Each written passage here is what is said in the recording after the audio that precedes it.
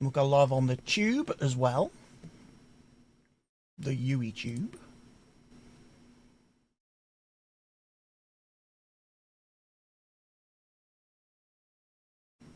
There we go. We are live on YouTube, ladies and gents, as well as on the Kick. How about that then? Right, put that down there. Right then, good afternoon, ladies and gentlemen. Welcome to Farming Simulator 25, which I have not played for a long time. For, well, over 2 months I've not played this game, but we're playing it today because we have the NEXAT DLC to take a look at, and, or should I say, not the NEXAT, the NEXAT. What am I doing? I've titled everything wrong. Oh no!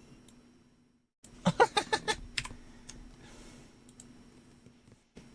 have to quickly change that. Bear with me.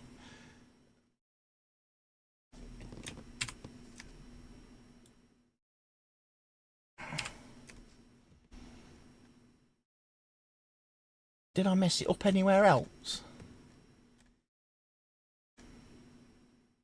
No, I got it right there, didn't I?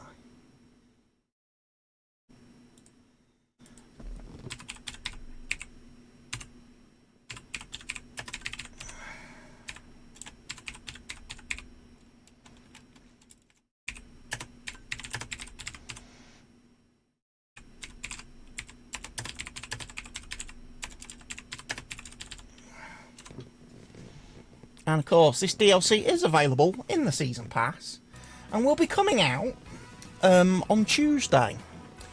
So yes, we are rocking the lovely DLC.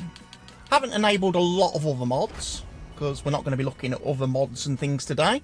We're purely going to be taking a look at the DLC. So I'm going to switch for scenes, get you into the game proper.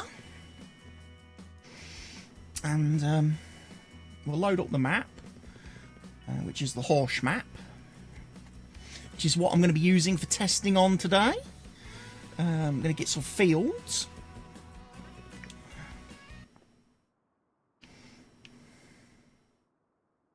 Game might be a little bit laggy, I'm guessing, because I've not played it for yonk, so shaders and stuff are going to need to be all updated and things. Anyway, we're here on the horse map. Now, we're going to need some stuff. We're also going to need some vehicles, I'm going to guess.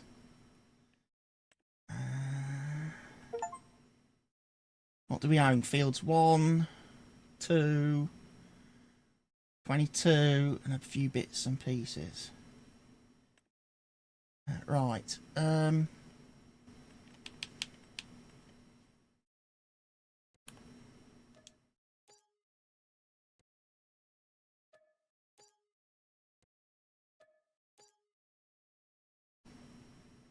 that'll give us a bit of stuff to play with. Right, we're also obviously going to need the NEXAT DLC, or the NEXAT DLC. So we come into the store, and obviously there's a whole measure of stuff in here. We have got, obviously, the most important bit. We have got the drive vehicle, an 1100 horsepower pick machine, which fits all the different attachments to it. So one machine that does everything. So we have got a slurry spreader, ladies and gents, which will go on that machine. We have got a cultivator, ladies and gentlemen, that will connect to that one machine. We have a seed hopper that holds 20,000 litres of seed that connects to that machine. We have a disc harrow that connects to that machine. We have a seeder that connects to that machine, that does your wheats, your barleys, you know, your grain crop type things. We then have a planter that does your corn, sunflowers, soybeans, cotton, all that sort of crop stuff. Väderstad again. We then have a hoe, so we can do weeding with this one machine. We have a fertiliser sprayer and herbicide sprayer, so we can fertilise and weed kill with the machine.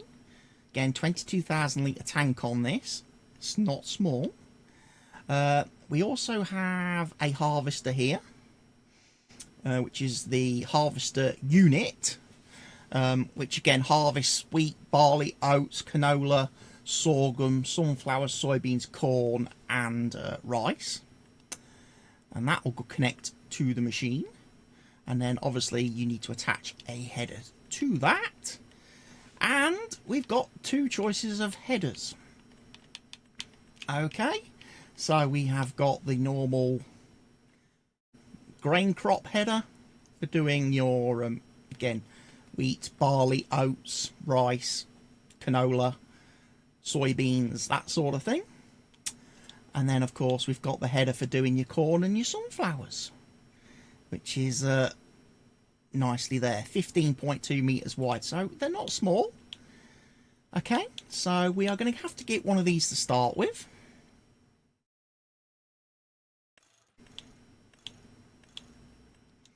We'll get it with the Michelin's. That's a nice big piece of kit.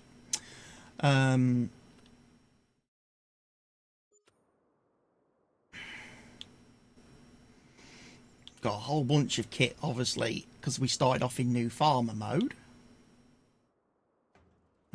There we are.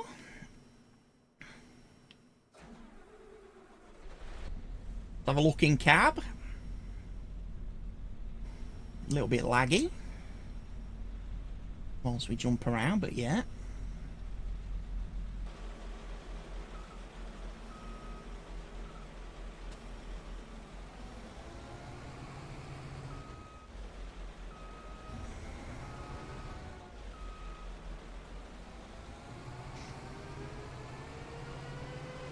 There we are, nicely nice. Okay, so we're going to need an attachment to go on that. So let's have a look, first of all, then at what we've got. So, field 2 is harvested, needs to be cultivated. So,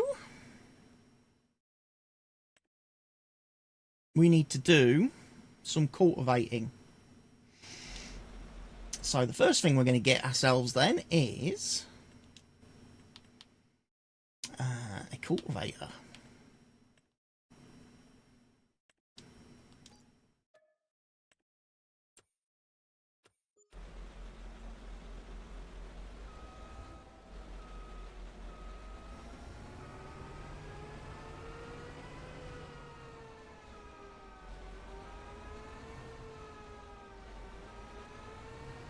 Now this is probably not the easiest thing in the world to connect to.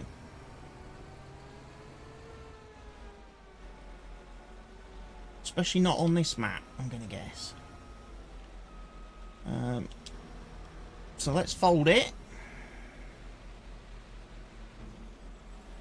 First of all. Oh, look at that animation.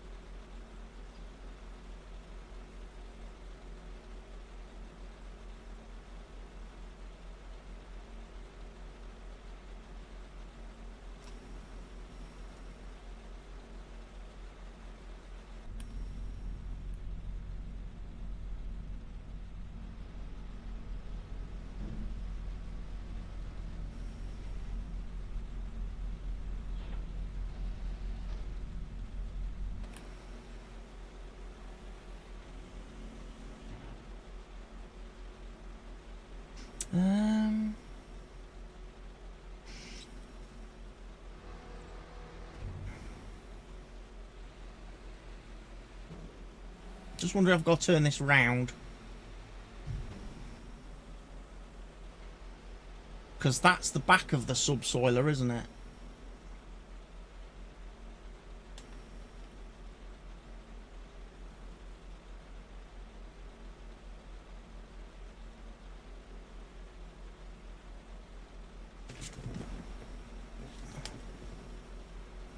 My controller's stopped working. There we go.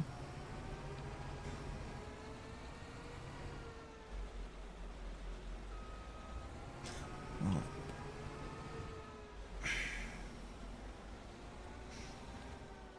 Let's pick this up then.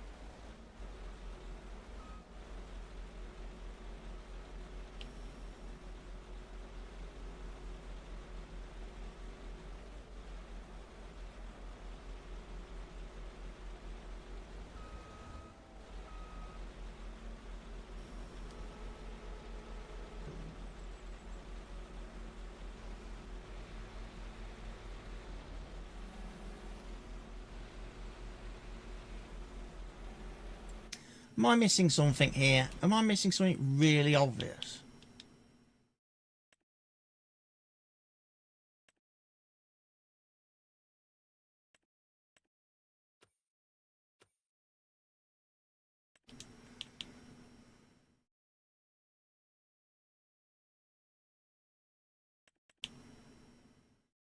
Yes, it does. I am. Okay.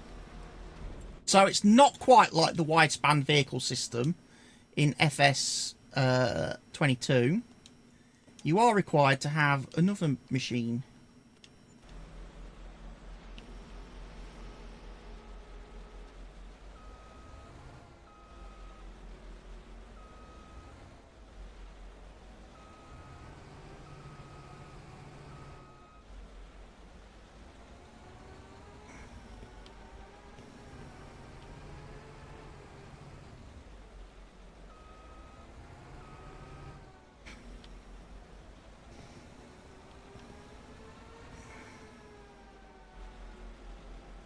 So yeah, note to self, you need quite a big yard.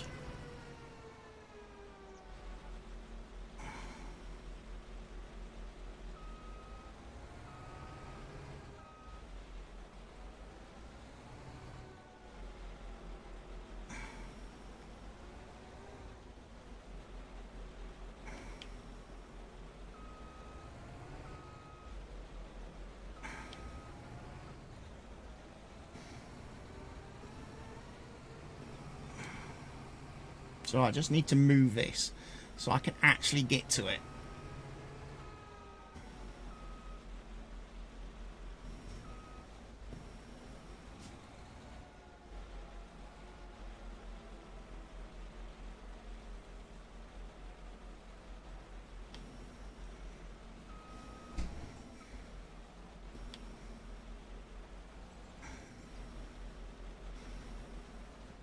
Oh, come on.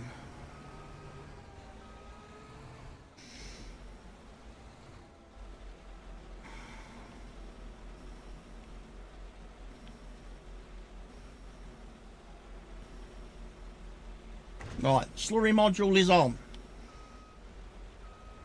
We can now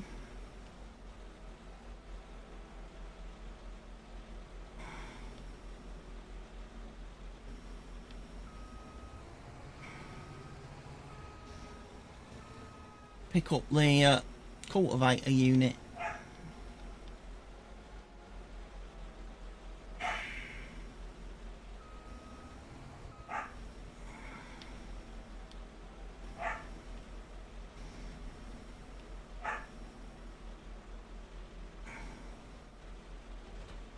There we go.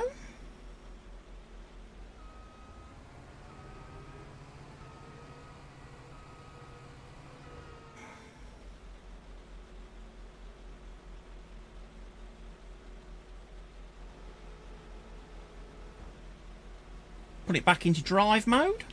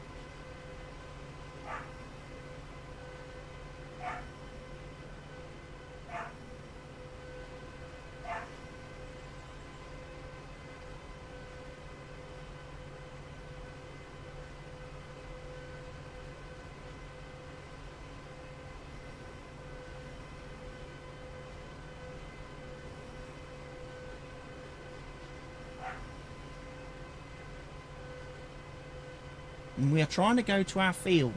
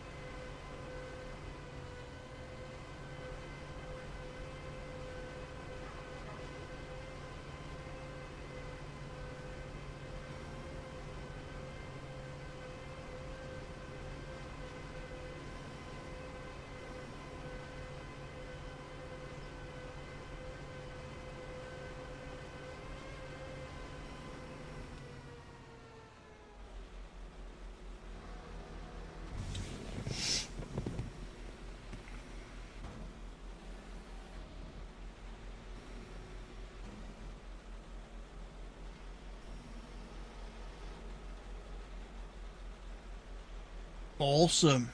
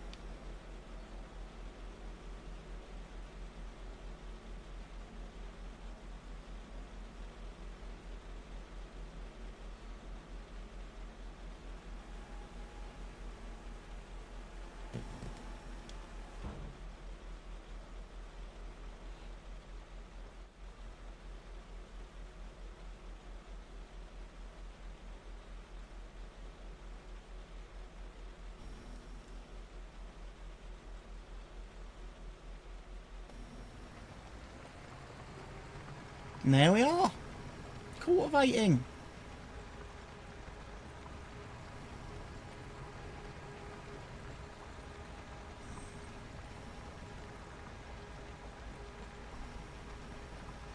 Cultivating with the wide span vehicle system, or should I say the NEXAT.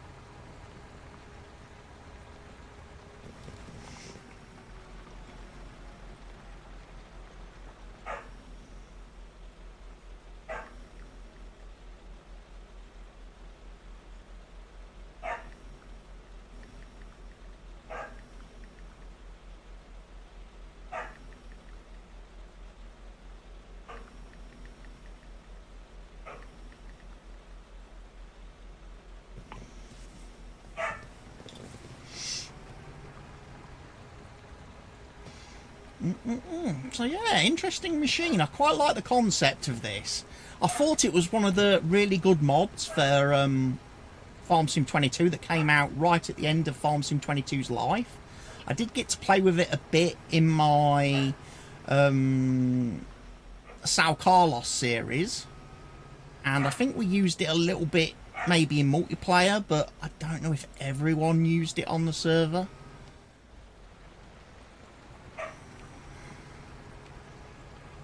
But yeah, having one machine and then all this, rather than having like a whole load of tractors and all separate bits and then having to buy a harvester that could just do harvesting, you're not restricted with this. One machine can do everything from literally cultivating all the way up to harvest. It can seed, it can plant.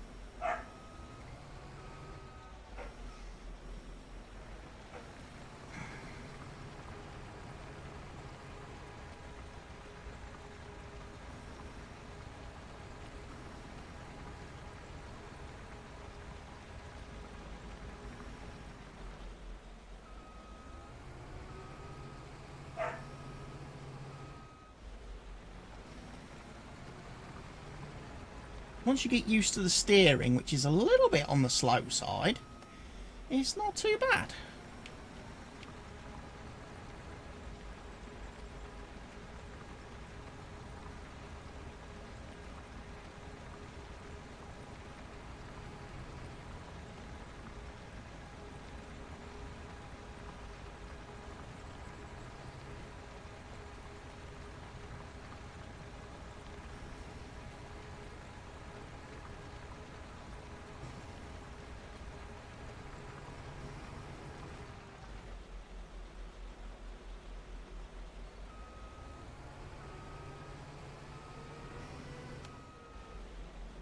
Right, let's have a look what happens if we do it with slurry as well. So we'll select the slurry distributor. I'll use the power tools to give it a bit of a fill.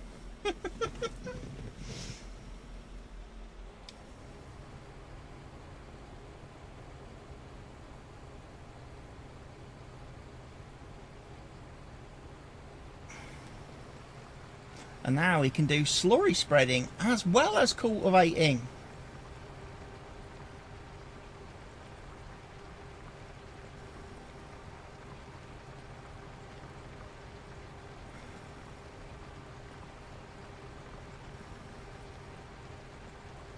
So yeah, that's pretty cool. I like that. I do like that.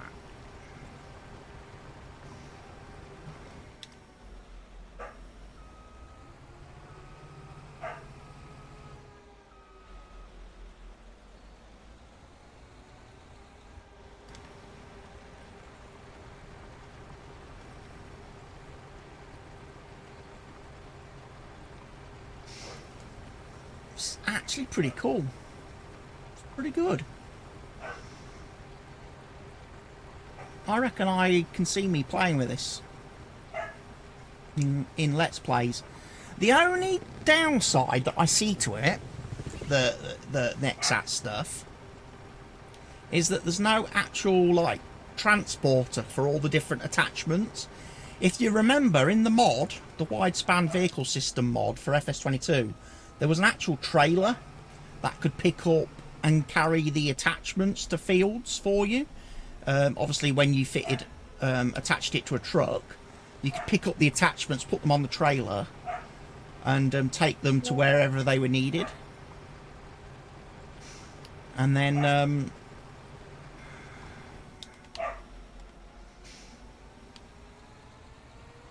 that's the only thing sadly missing, which means all attachments kind of have to be moved to the location via obviously the tractor here, the tractor unit, which does mean that when you first get your equipment, you're going to be taking a few trips backwards and forwards to and from the store to fetch it all.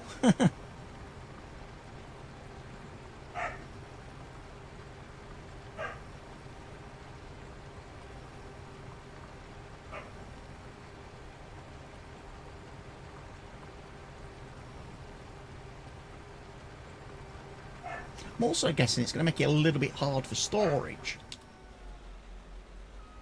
How do you get this into sheds?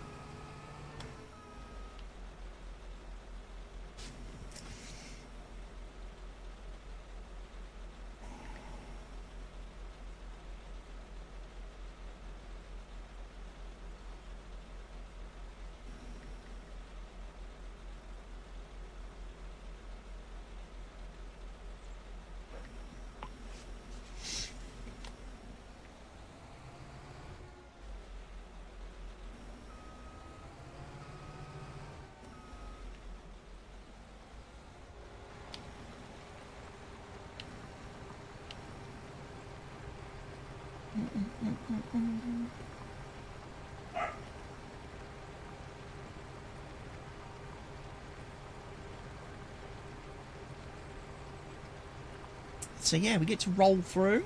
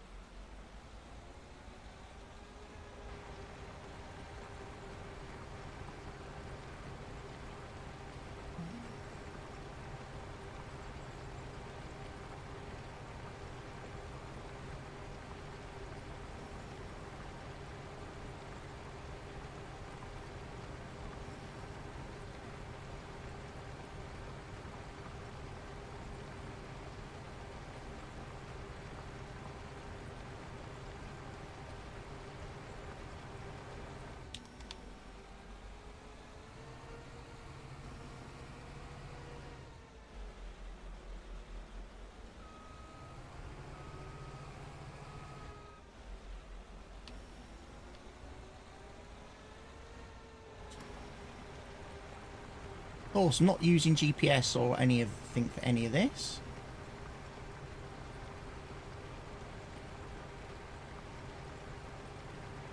Just doing it by freehand.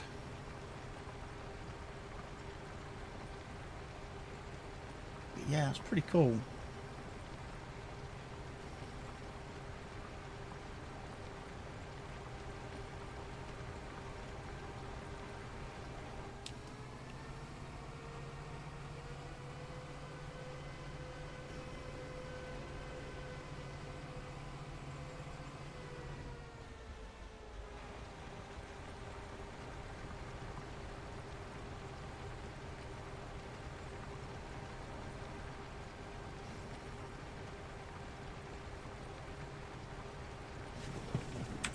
Right, leave that there for a second.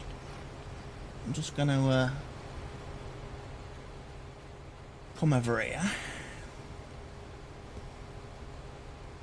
I'm going to press that button to turn that off. I'm going to then come out of there, come into there. I'm going to press that button there to take a screenshot. Come back into that one. Put that hood back on. I'm going to quickly go post on socials.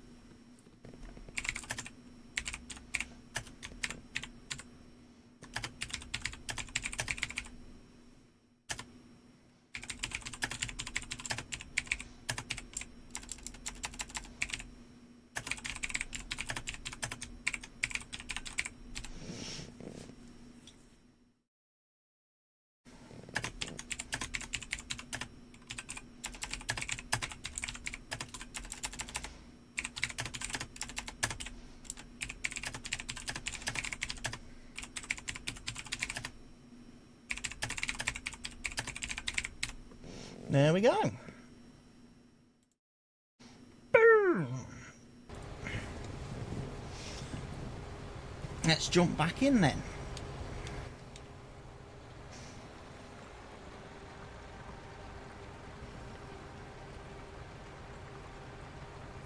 Might have just left the slurry running all that time.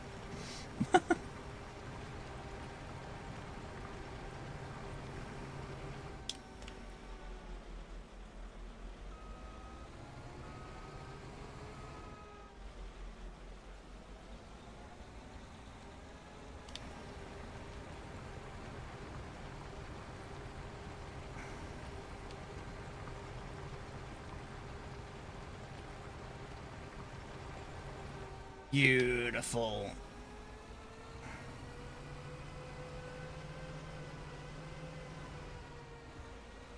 And we've almost finished cultivating this field, ladies and gents.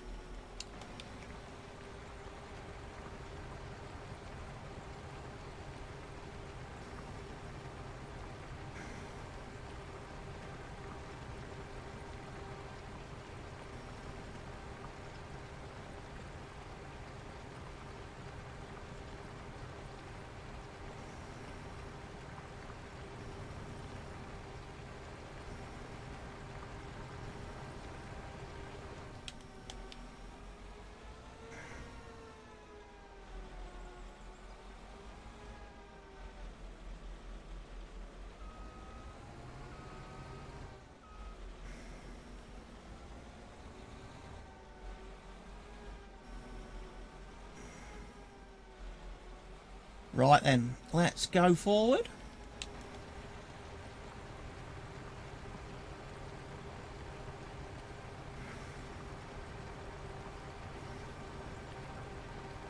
So yeah, using the cultivator in combination with the slurry module,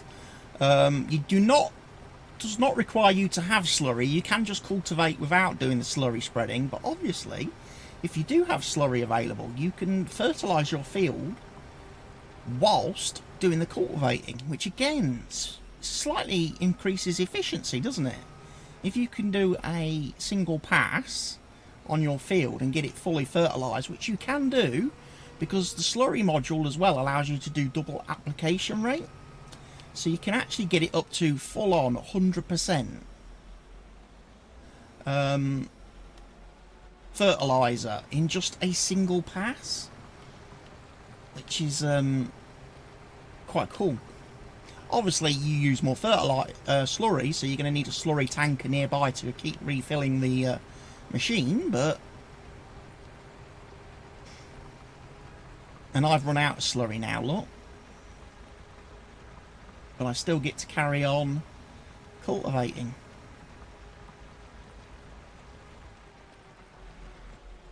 So yeah, can lift that up. Fold that back up.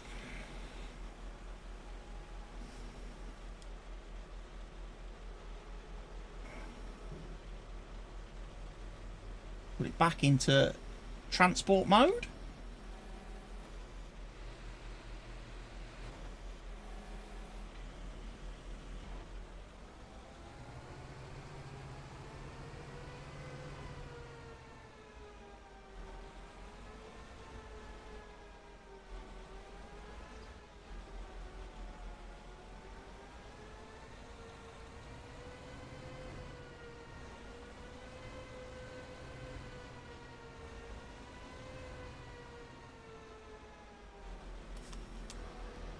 Let's put it back into tractor mode, because we need to detach all this stuff that we've now picked up.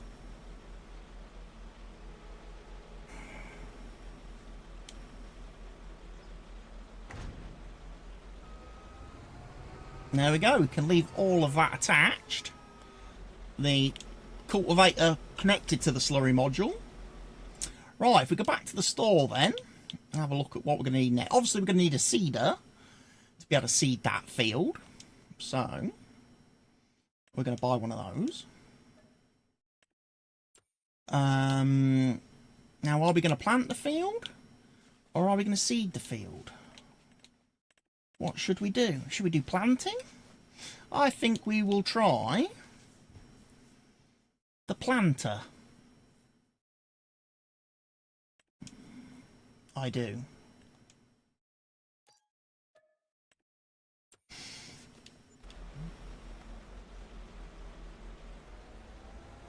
So we need to go back to the store now, grab the seeder.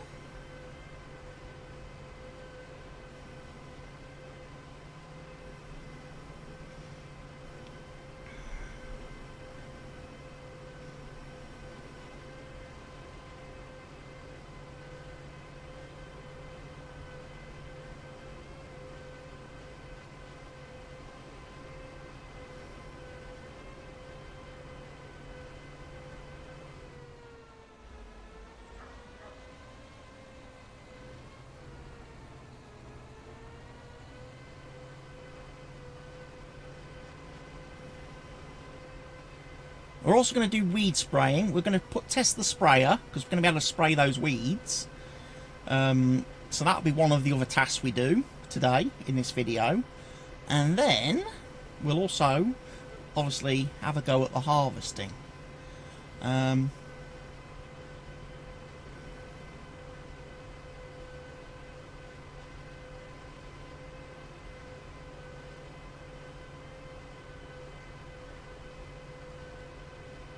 One of the things I will be keen to see is if this does crop destruction when weeding.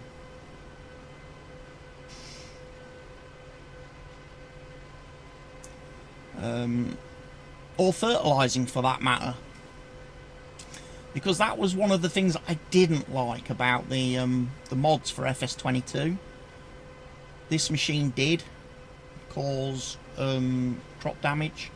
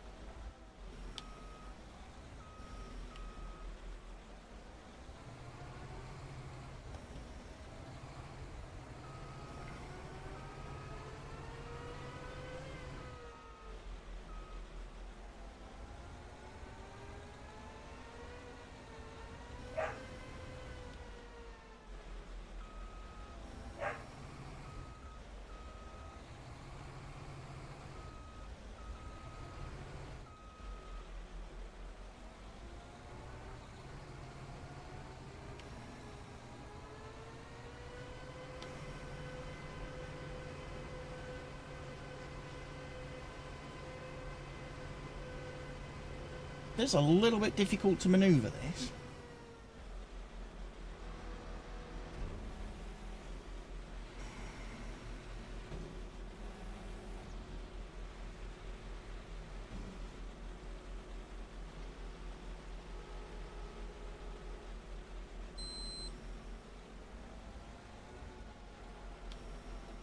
Right, we need to roll over that.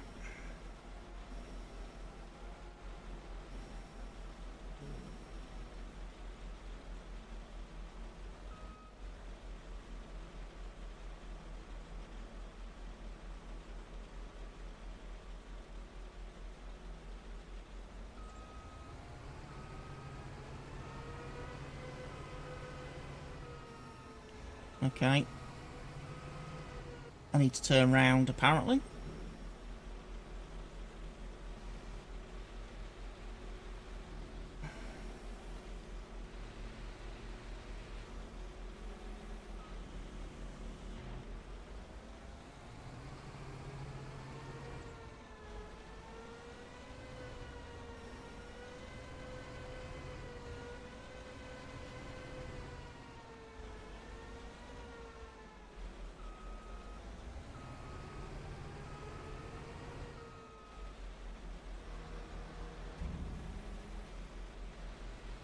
Let's try again.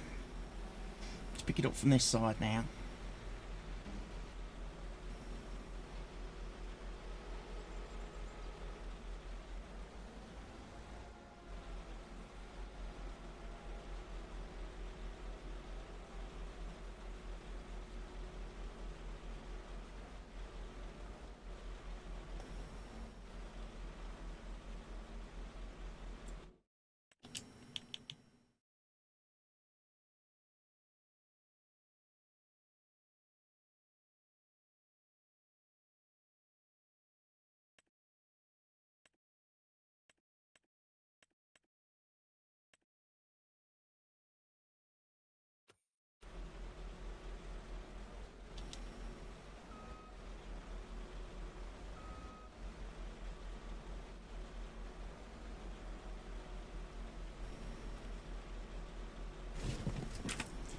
What am I missing?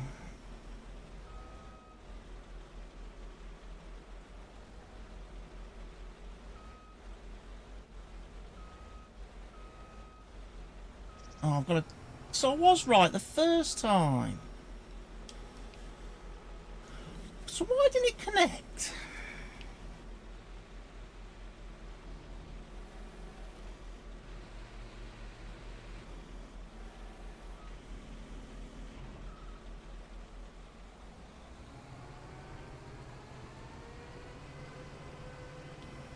Because I definitely wasn't getting those lines earlier, was I?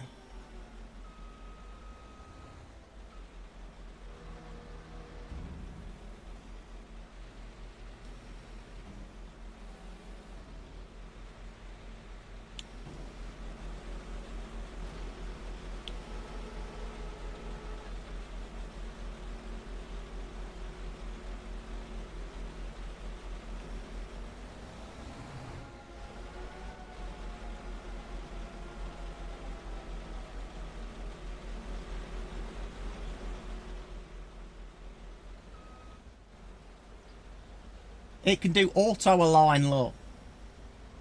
If you hold the bumper and down,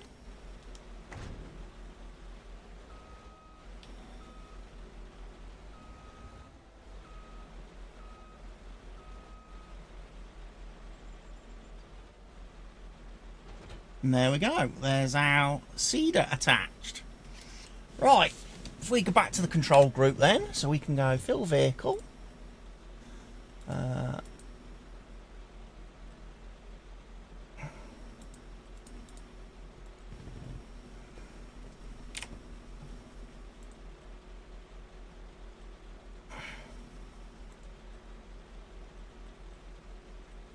We can put fertiliser in it.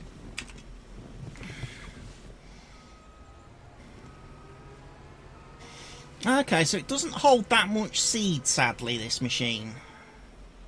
Or at least when you've got the planter attached, it doesn't handle that much seed.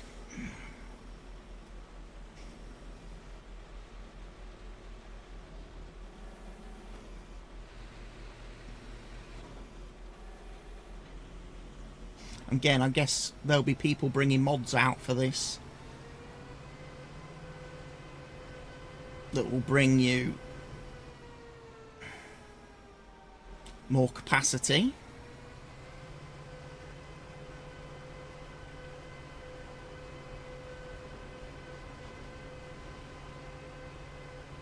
Beacons work nicely.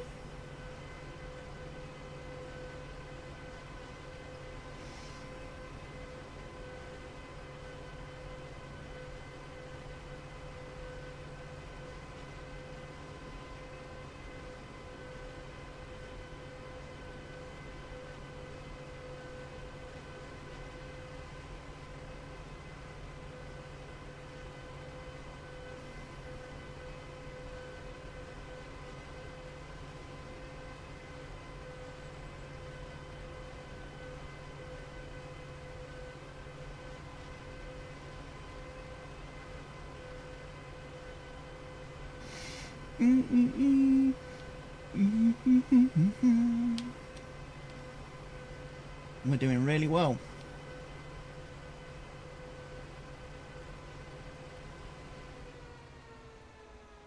We'll seed some soybeans as a test.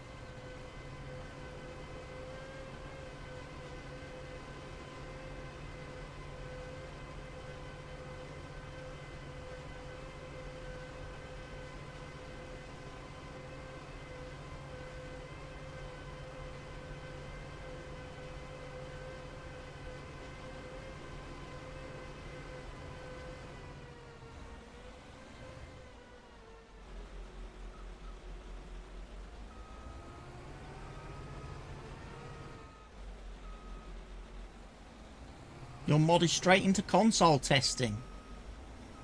Does it work for consoles? Isn't it a script, your mod? Oh, your cow barn thing. I thought your bale mod. That'd be script, wouldn't it?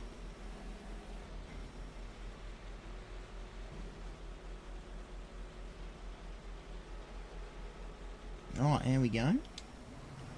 So that is on.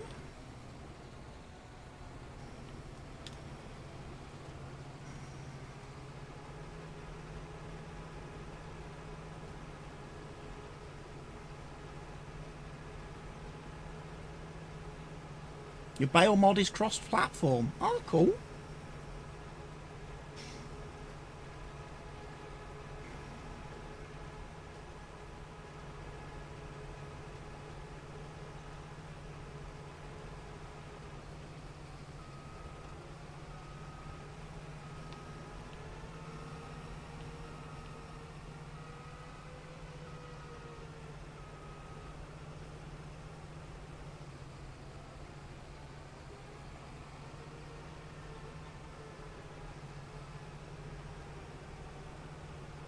There's not a...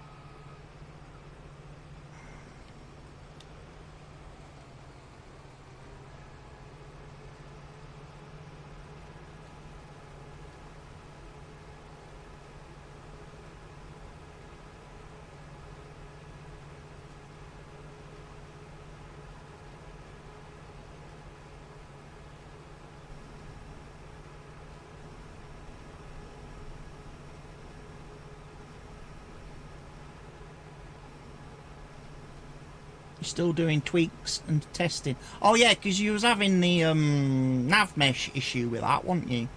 You was having some nav mesh trouble.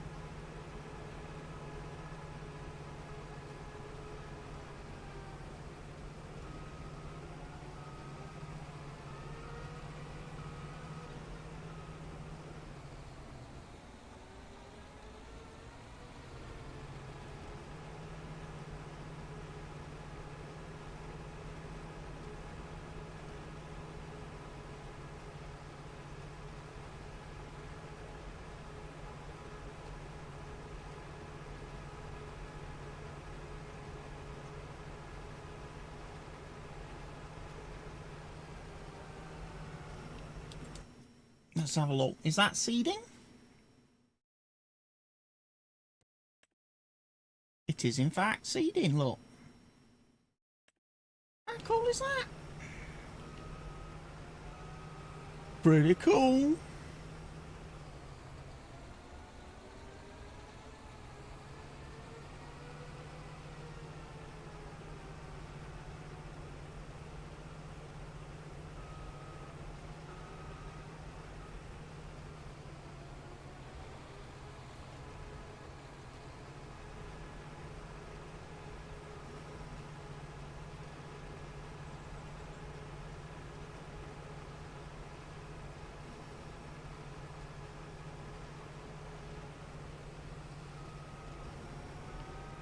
And then we've missed that little bit.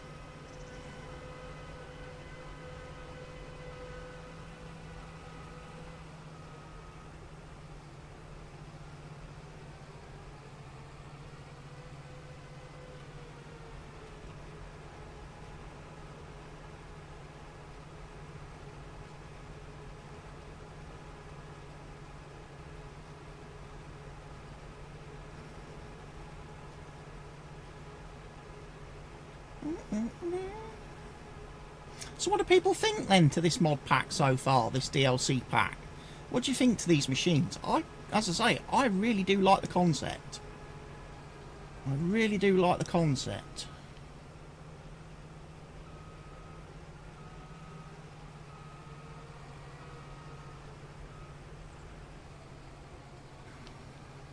Obviously, pricey as flip. But how much will several tractors run you at? How much will a harvester run you at? Whereas this can do pretty much everything in one go.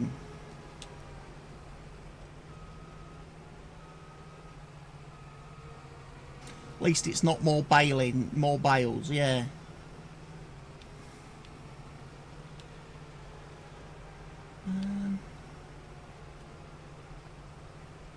Watty meters auto.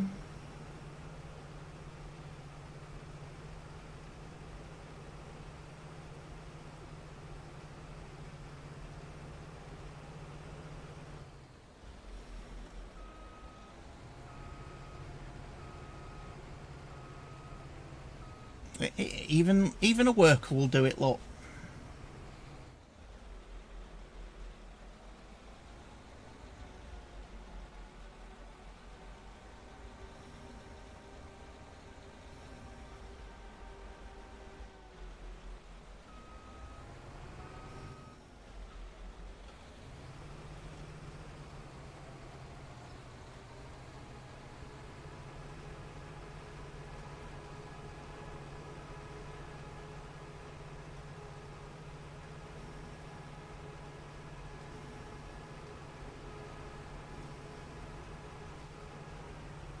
Right, let's go get another one then.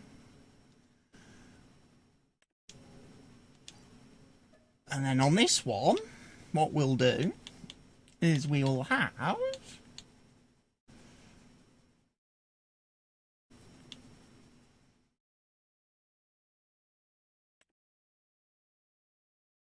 that.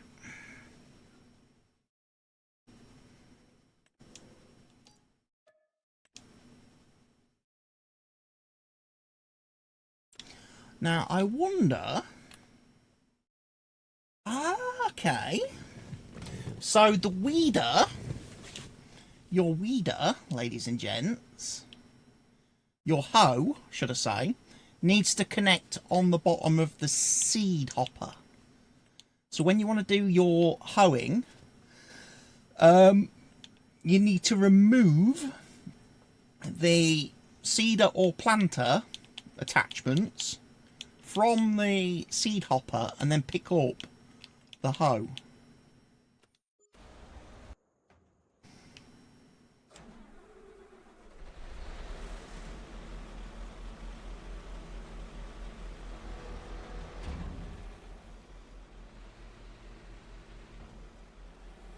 Right, which way is it going to want to connect? Let's figure that out first of all.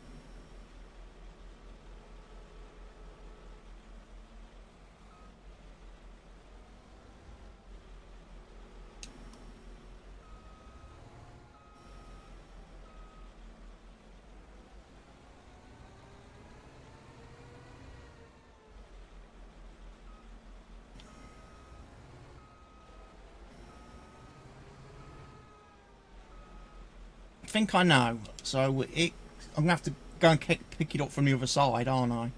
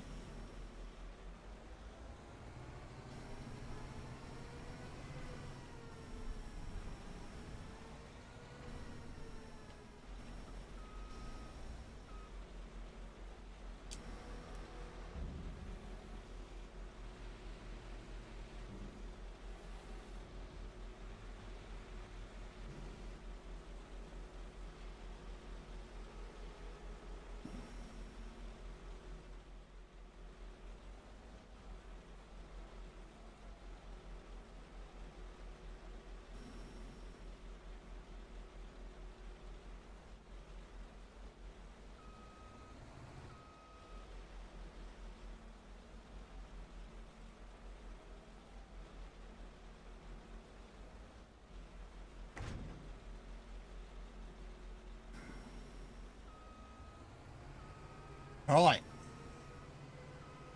One sprayer. Right, so let's make sure we fill that up with herbicide.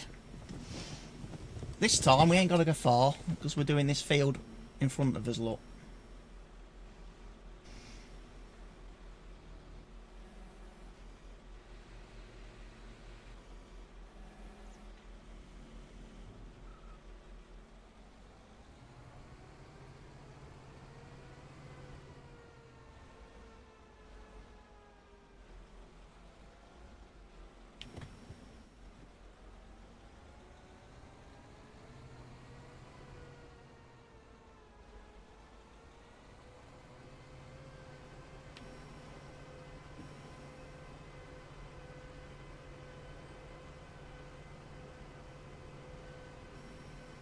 Drive down to the bottom of the field.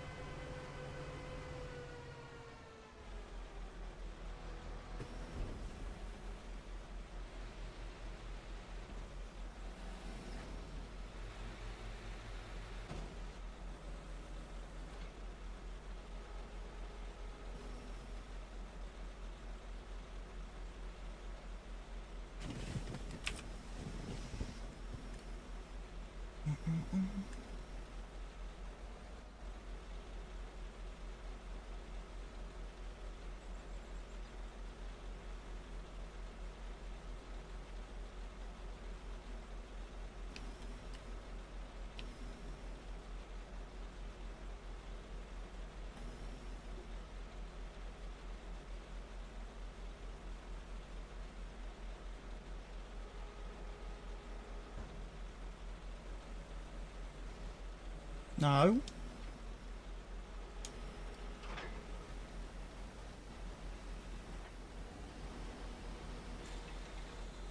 There we go.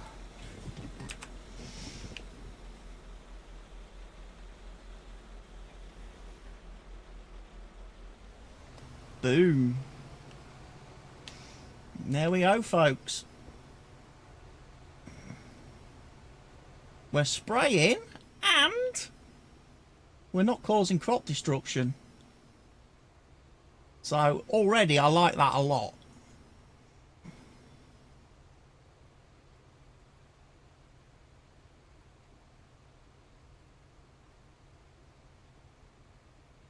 Okay, it's not very quick. Shall we get some GPS assistance?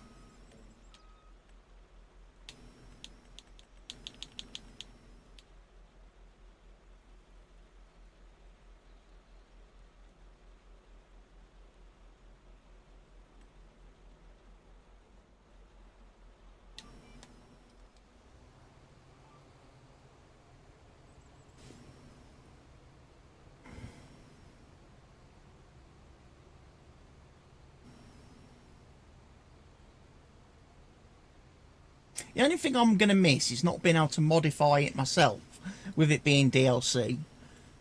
Because like one of the things that I did in FS22 was increase the working speed on the sprayer.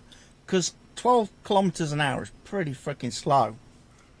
Compared to like the other self-propelled sprayers, which can rock along at like 25 kilometers an hour. You know, this is pretty tedious. Especially on a field that's as big as this. It wouldn't be so bad if it was like 18 or something. You know? It's just a little bit... So I probably wouldn't use the sprayer function in my Let's Plays, because it's a little bit too slow. But the cultivating, the seeding, the slurry spreading, that all worked really well. I quite enjoyed that.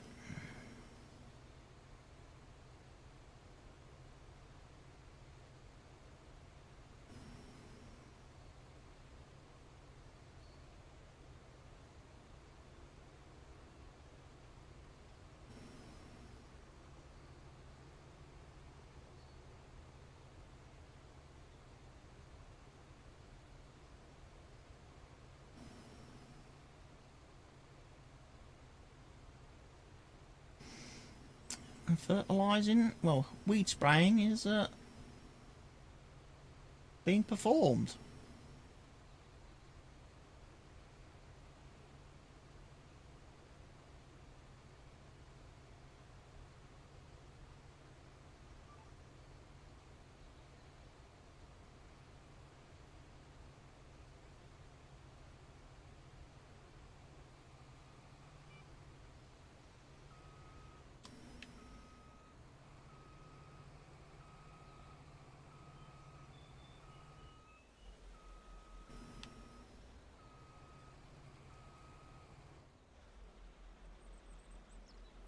Oh!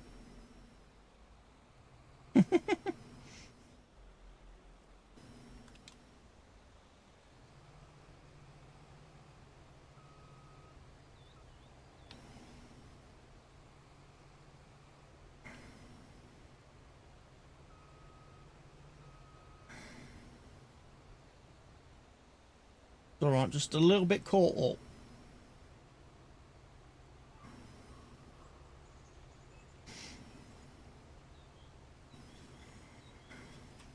We turn them beacons off.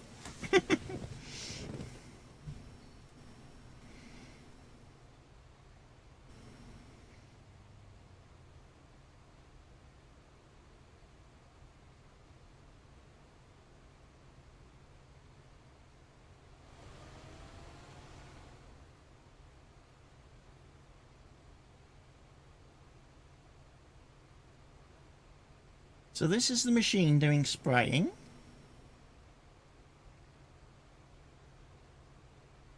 And like I say, can do liquid fertiliser and herbicide in this mode. Don't know if it can do liquid lime if we have the liquid lime mod. That'd be interesting to see. Although at this sort of speed it would get through liquid lime at a tremendous rate of knots. We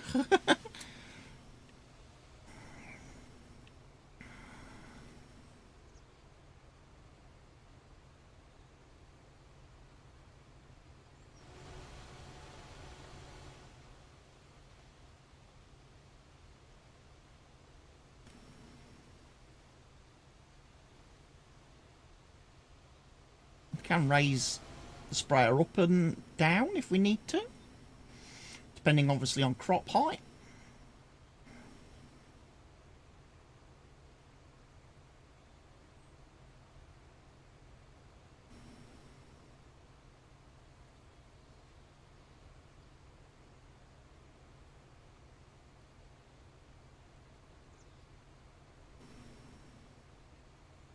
And getting through this very nicely.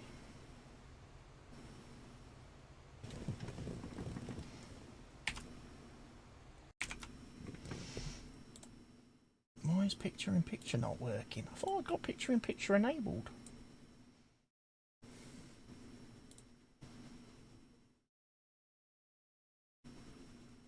Live.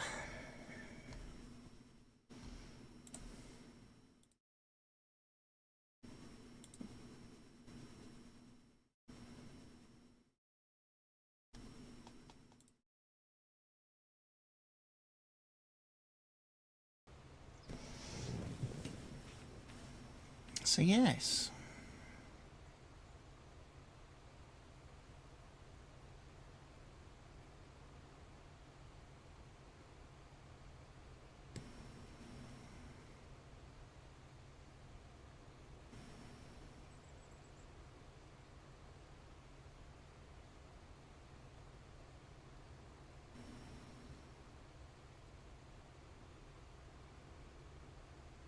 I think my other machine has finished its seeding task. It has. So we've got our soybeans all nicely planted. Right, we have got then some oat to harvest after this.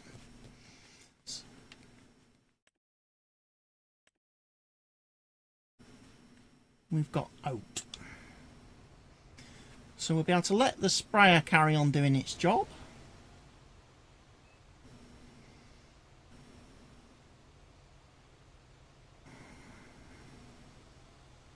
And we can test out the... Right, so we're going to need harvest module. Let's try and work this out backwards.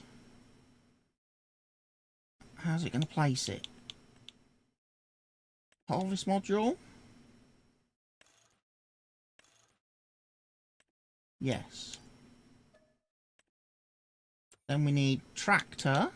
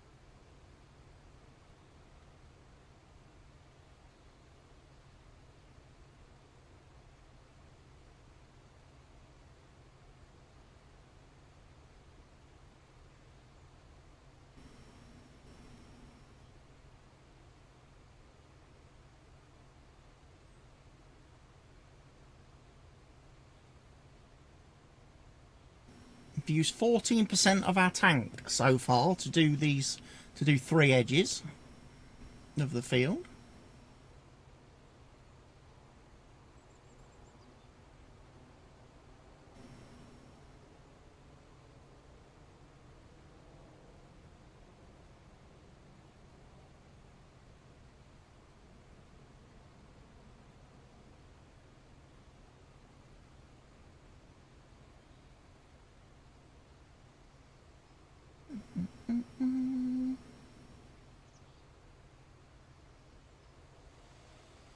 So plenty of herbicide going down. Weeds are being taken care of.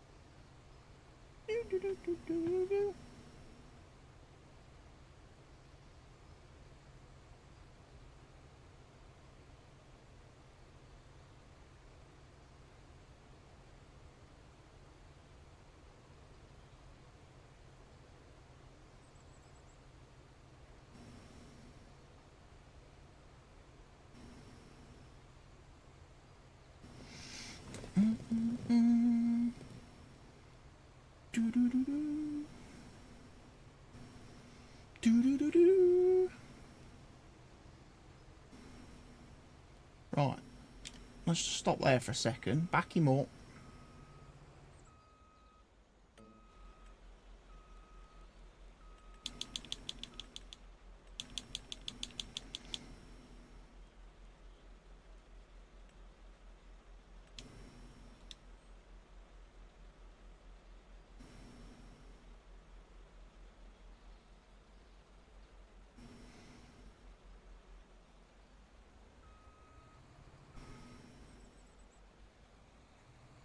Oh, is he going to carry on doing the spraying for me? Hope so.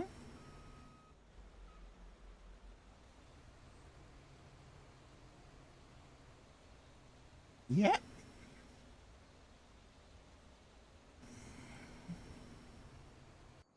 Right.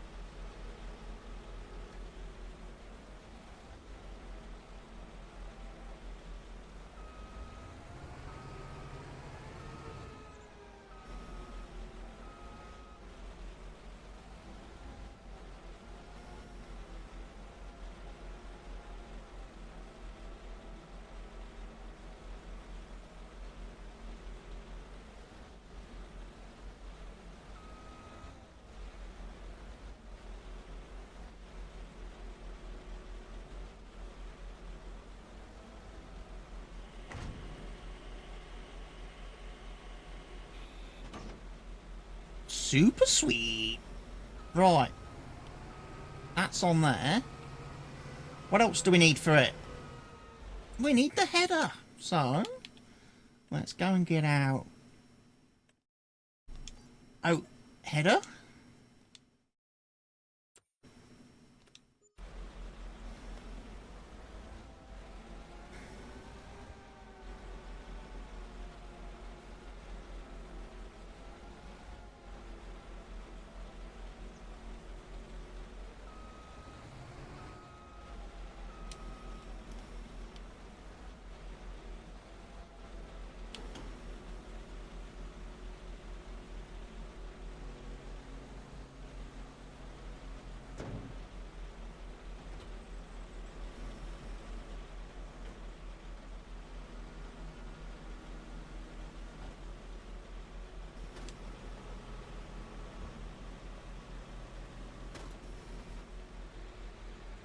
That's pretty cool.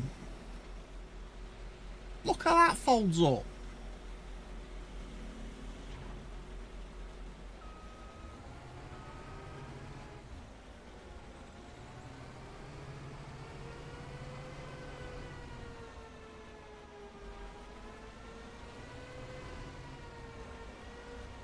Can we get out the gate is the next question.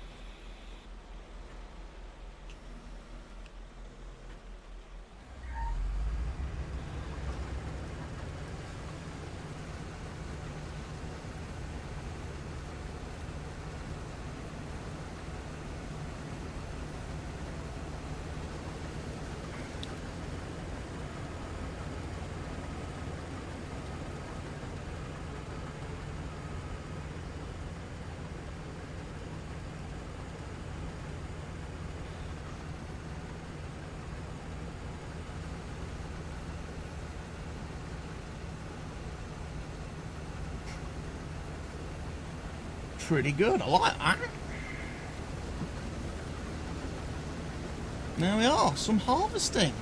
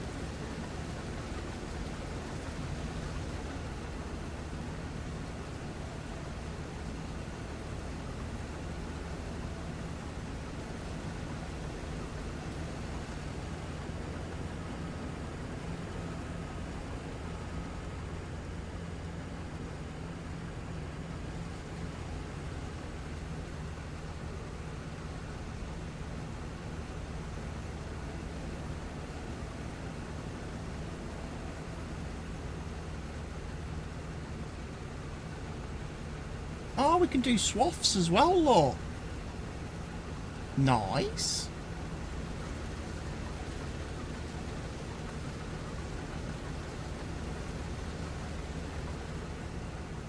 If you want to do swath dropping as well, that's possible with the NEXAT harvester.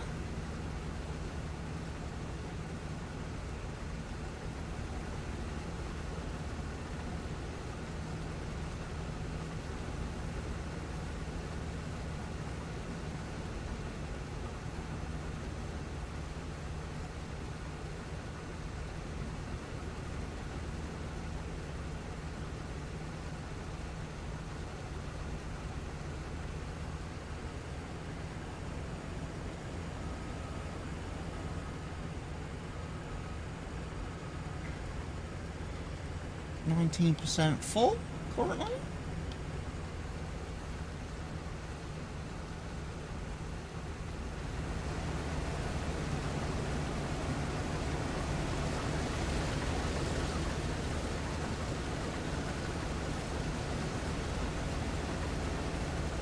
What a piece of kit.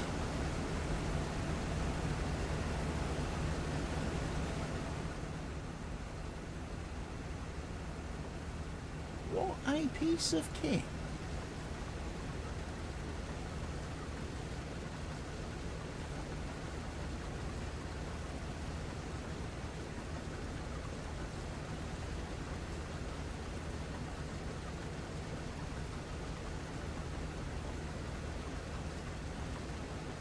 And this harvester looks like it's going to hold quite a decent amount of crop as well, because we're already up to like nearly 9,000 litres and we're only a quarter full. So this might be one of the biggest capacity harvesters in the game.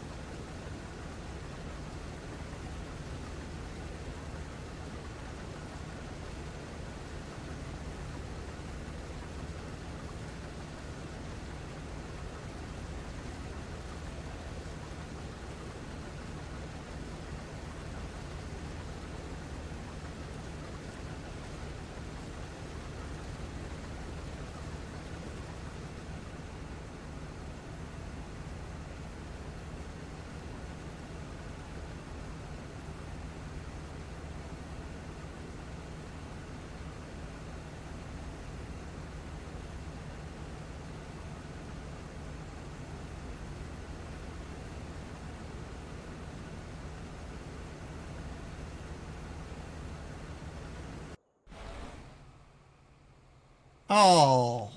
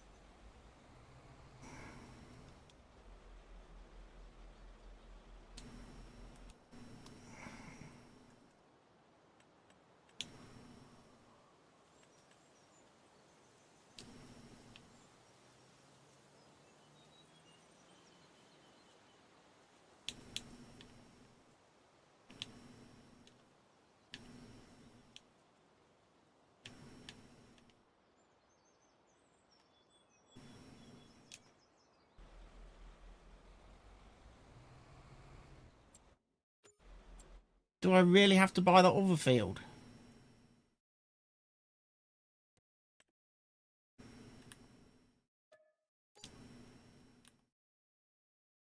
And I bet I can't because that bit in front of me is not gonna let me. Because I don't own the land.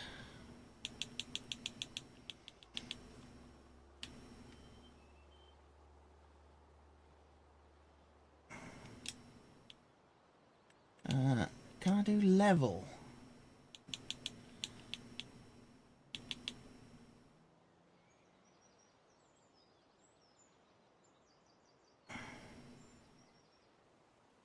No.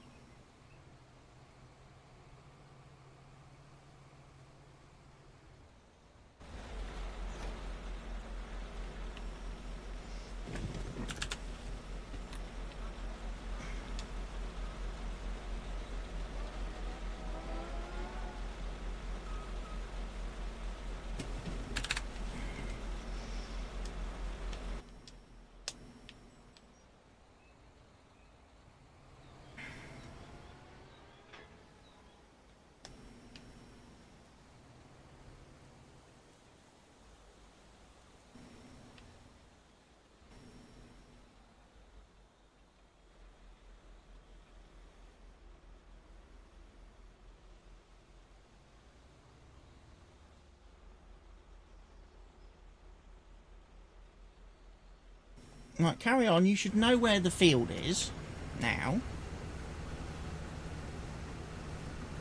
Don't drive into any more ditches.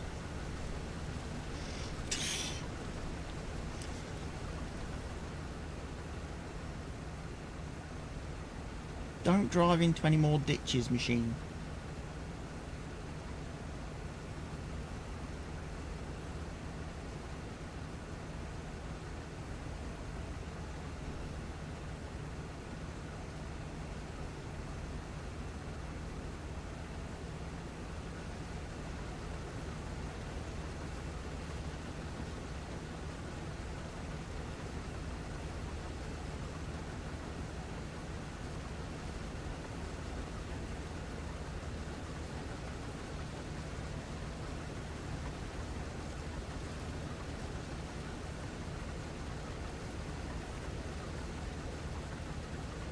Sadly, no attachments for this machine for doing root crops, so there's no potato harvester, no sugar beet harvester, No carrots, no parsnips, nothing like that.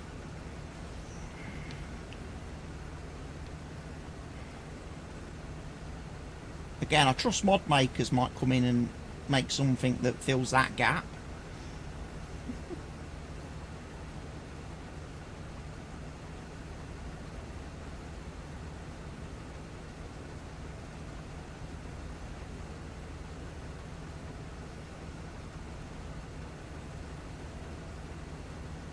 Yeah, this thing's going to hold about 32,000 litres when it's full.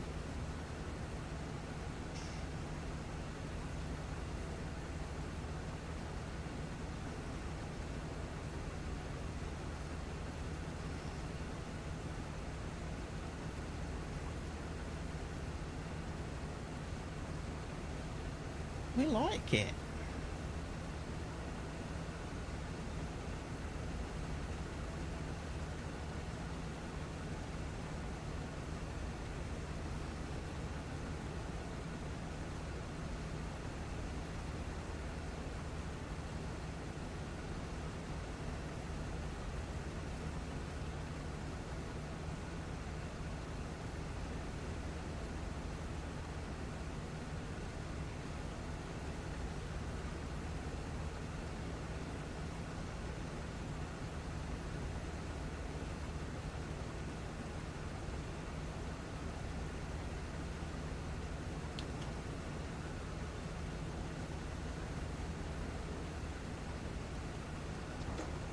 There's my pipe. Right, let's go find me trailer.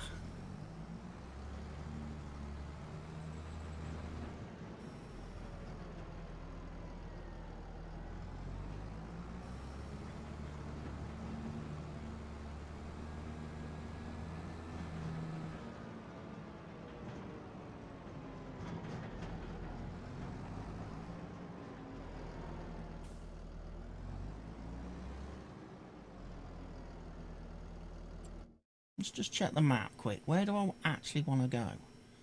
I actually want to turn round, don't I?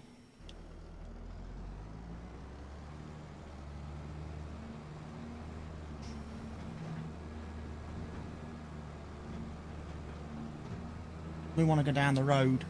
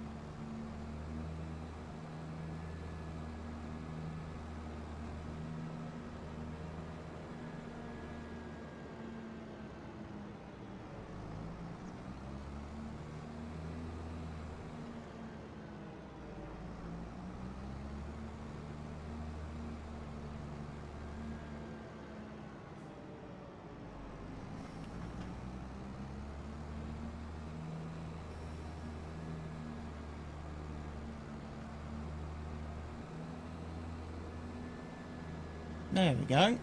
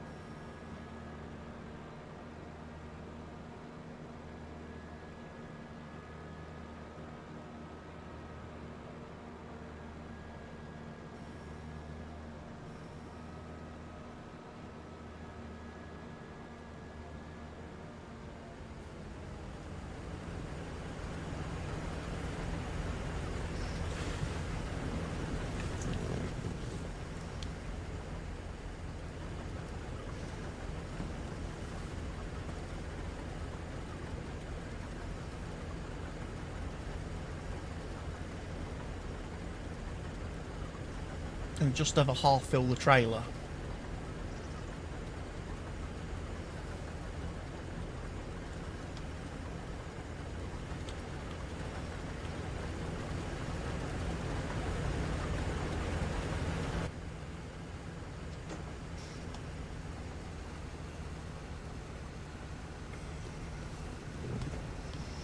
Pretty cool.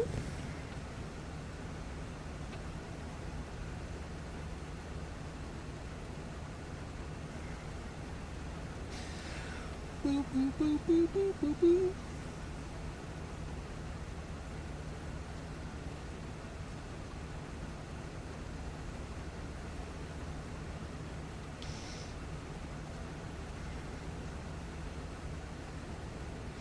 Doesn't get snagged on the trees, which is pretty cool.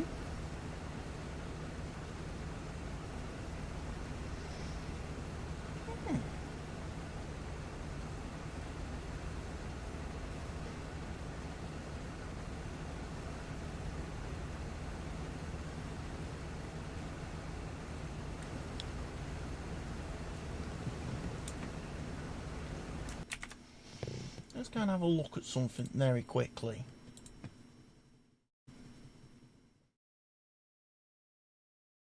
So yeah, it's $8.99 the DLC if you're going to buy it, but it is part of the year 1 season pass. It's $8.99 until March the 11th, and then it goes up to $9.99. So make sure you grab it on. If you pre-order it, you save yourself $1, €1, £1. Failing that, as I say, you're going to be paying a little bit more. And of course, if you use my affiliate link down below, my Giants partner code, you'll be able to not only get yourself the wonderful, lovely DLC, but you'll be able to support me as a content creator and enable me to get early access to more of the DLC packs in the future. So you can have a look at them before you commit to buying them, deciding whether or not they are value for money.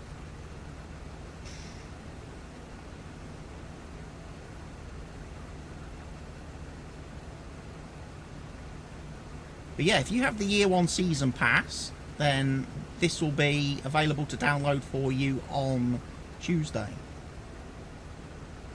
If you get it, obviously, if you have it from Giants. If you have it from other platforms, it will release on Tuesday as and when those platforms update their stores. But if you have the Giants code, if you've bought it from Giants, then you can download it from literally midnight Tuesday morning.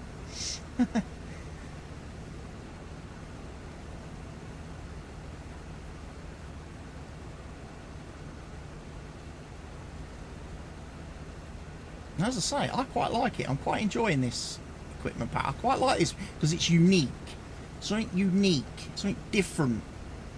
You know, it's not just another tractor, reskinned tractor or harvester or something like that, or a mower or a baler. You know, it's actually quite a unique vehicle with some unique gameplay elements, and I quite like that. I'd like to see more of that come into the game. You know, I do feel in Farm Sim 22, the DLC content for Farming Simulator 22 was a bit on the weak side. I wasn't a big fan of all the different mowers and grassland stuff and baling and all that kind of gizmos.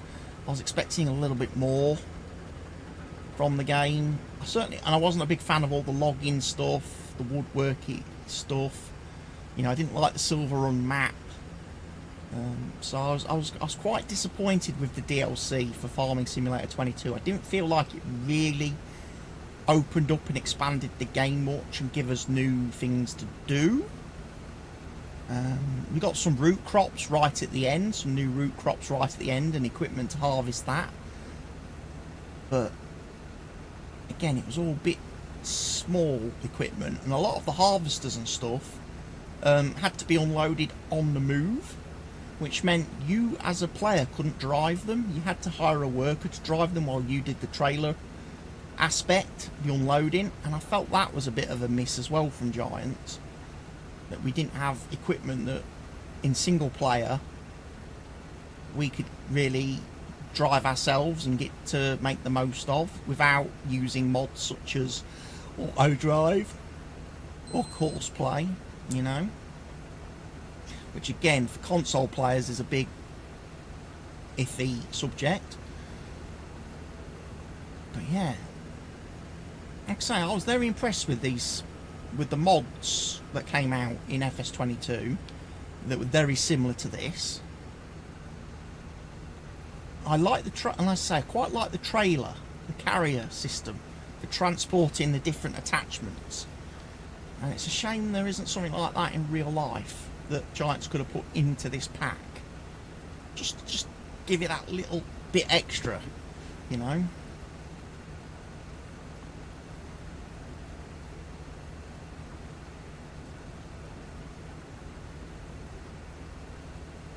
But I quite like this as a harvester because it's got a real good capacity.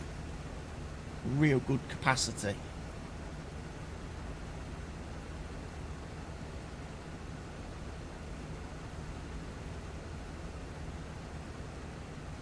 So for harvesting, if you only use it for harvesting, it's a good machine. But the fact you can do cultivating with it, harrowing, seeding, hoeing, fertilising, herbicide spraying, just makes it it's a bit of a Swiss Army knife, isn't it? Swiss Army knife of farming equipment, this.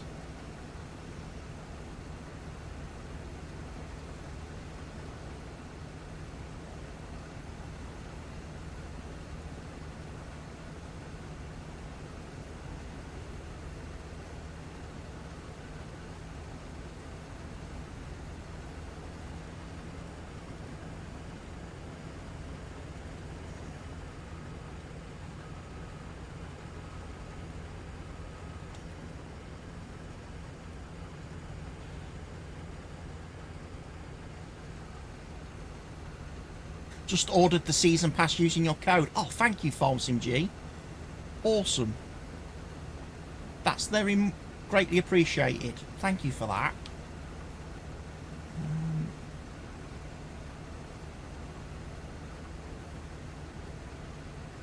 I think that's the first purchase anyone's made this year using my code when I was checking the Giants portal the other day and signing up to the new terms of service and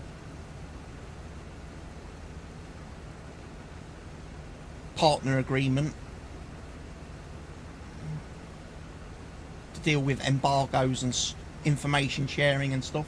I was having a quick look, and also when I had to get paid, I had to contact Giants because they hadn't paid me for the whole of last year. And I had to get in touch with their community coordinator, Benny, I think it was. I had to create a ticket, and Benny was able to resolve that for me and get all the money that was owed to me put through. And I did receive that the other week, which was nice. It's one of the reasons as well why I've not really done a lot of farm sim content this year so far, because I was feeling a little bit like, hey, Giants, you know, did a lot of work last year for you, promoting the game, advertising not just Farm Sim 25, but also all the FS22 stuff, and you've kind of stiffed me on my payment. I mean, they didn't mean to. They had a technical issue with the payment system, and none of the creators got paid for quite a while. And then, obviously, people started to reach out, and Giants were paying them, and of course, they just missed me. For whatever reason, they missed me, and I ended up having to contact them extra.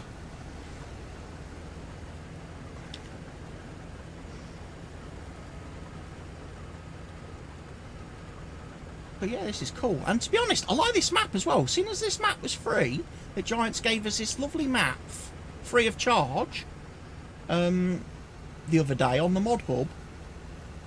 Nice big fields.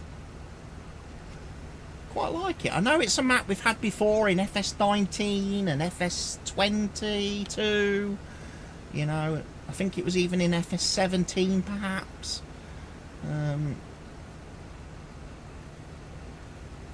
But yeah, I definitely like it.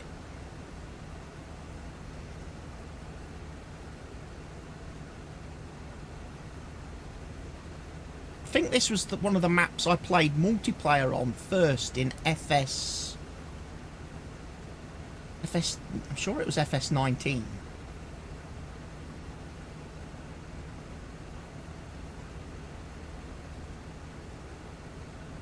Yeah, this was the map that kind of got me into multiplayer farming, really.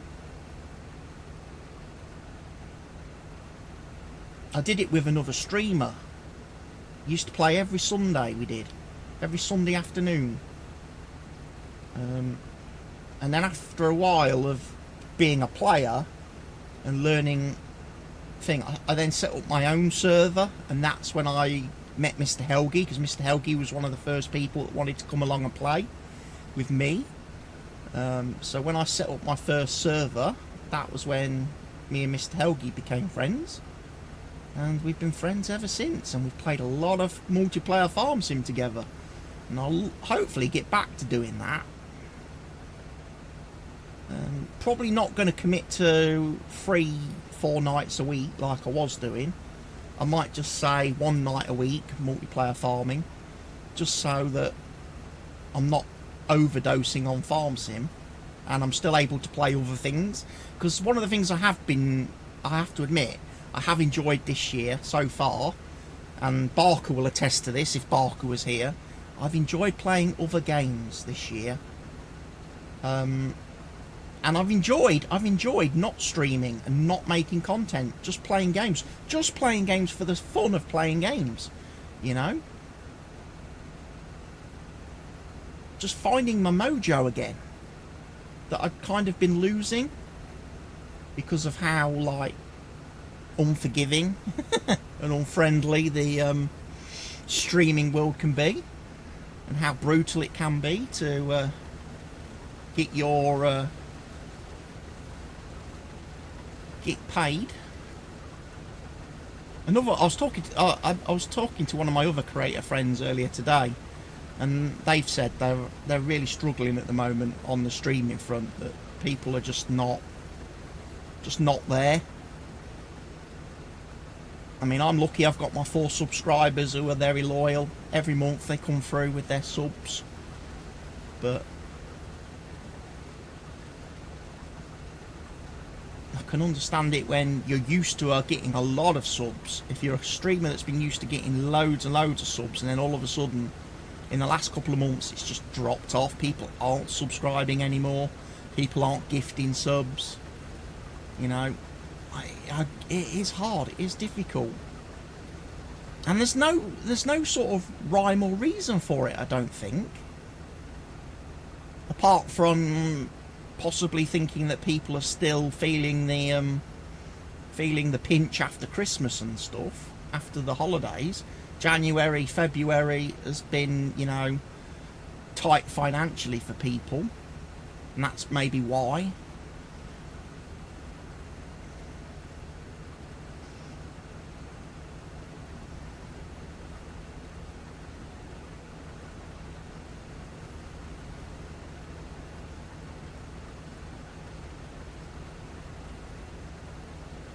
As I say, it's not something... I mean, I've not noticed any new people coming through. All my loyal subscribers and loyal members and that have still carried on with their bits and pieces, which I'm obviously very grateful for. But yeah, I've not had any... don't think I've had any newbies, any new viewers, new chatters, new subscribers. I noticed even on, like, the YouTube side of things, I've had a few subscribers disappear. I lost a couple, but I did wonder if that was partly to do with the fact that I wasn't releasing videos. January and February, and the only content I've uploaded on YouTube this year has been football streams and gigs, music gigs that I've been to, like the Under the Covers, the Detail. I'm going to see Under the Covers tonight actually, and tomorrow. I've got 2 gigs this weekend. First tonight, second tomorrow. I get to take a lady friend of mine to the gig tonight as well, which is going to be nice. Looking forward to that. So yeah, I've just been exploring different things this year. If people have been wondering where I've been, you know, if the farming community's been wondering like what happened to me and that, I've just been trying to do real life. You know, spend less time in the virtual world, the online world, and spend a little bit more time in the real world. Strange as that sounds. Do some other things, and you know, just try and figure things out. Just try and figure out life and what it's all about. What do I want from it at the end of the day? You know.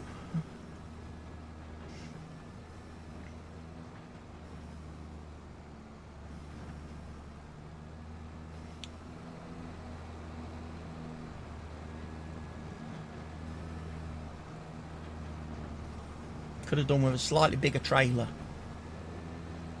I'm not gonna lie.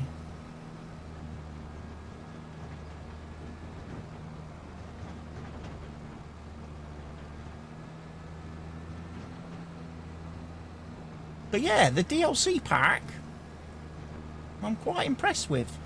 Definitely gets 2 thumbs up from me, this NEXAT DLC. It's definitely something I'm going to play with. And use in the game, I think. Unlike a lot of DLCs in the past, it's definitely something I will be utilising on maps. Probably not going to use it on my Calmston map that I'm going to start playing on very soon. Although it's not called Calmston, is it, anymore? Can't call it Calmston.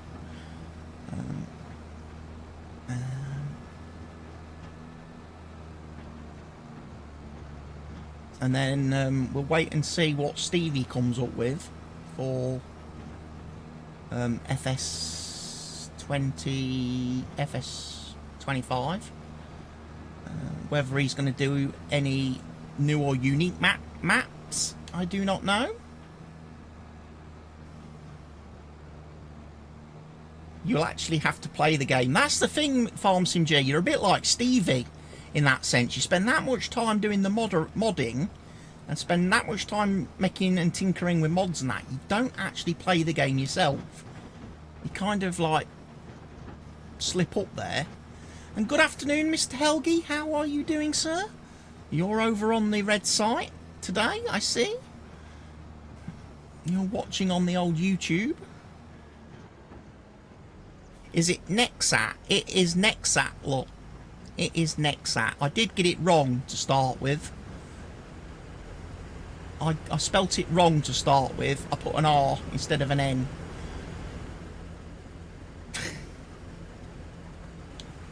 Right. Why are you over there?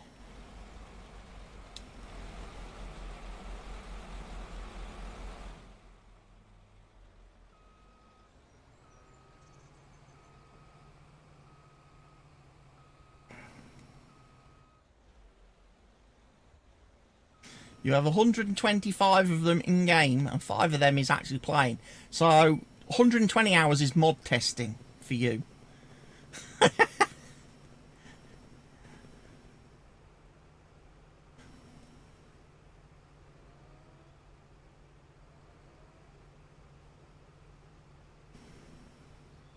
Right, let me get these bits, and then let's sort out what this worker's doing and why this worker's having a bit of a nightmare finding the field.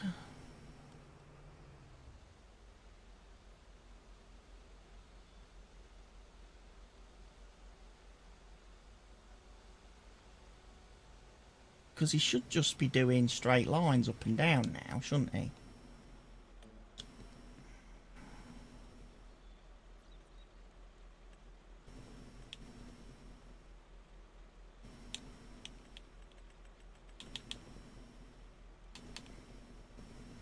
can't change the angle. Can I? Like I can for the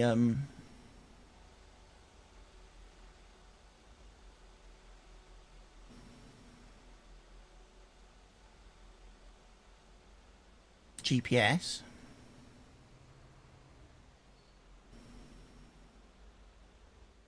AI is not to use such fancy tools, is it not, Mr. Helgi?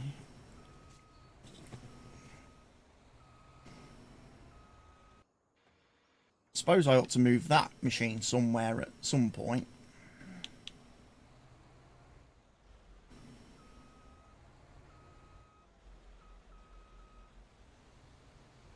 But yeah, he's going to do the fertilising.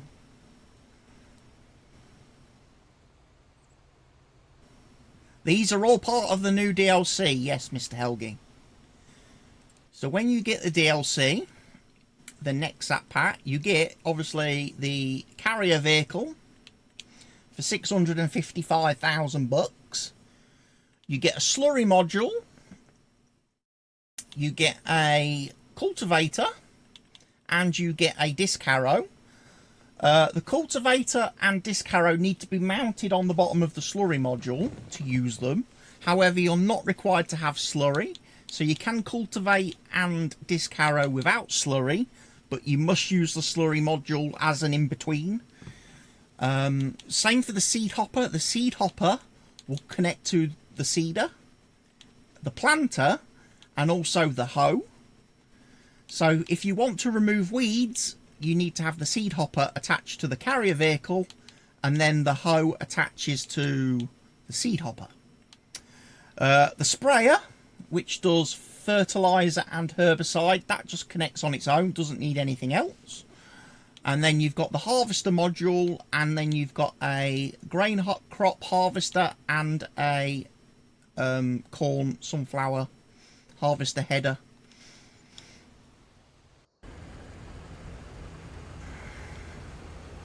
So I have been doing some harvesting, or I've started doing some grain harvesting. So there's quite a bit of nice equipment in this pack. And as I've said, this machine will do swaths as well. The harvester, you can do swaths, and it'll do dual swaths. So you get 2 straw swaths out the back of this machine. Does it have grain capacity? This does, yeah, 32,000 litres. Mr. Helgi, when this harvester holds 32,000 litres, it's going to be the biggest harvester in the game. In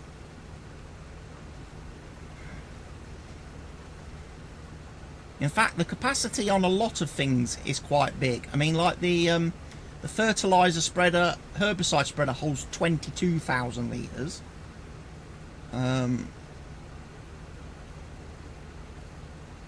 The seed hopper's a little bit disappointing because it holds more fertilizer than seed, which is a bit of a shame, especially when you're doing planting, because you end up obviously needing to use quite a lot of seed. I have early access, Mr. Helgi. The DLC is available to you on Tuesday. Because you have the season pass, you can log in onto Giant's website on Tuesday and download the DLC for yourself.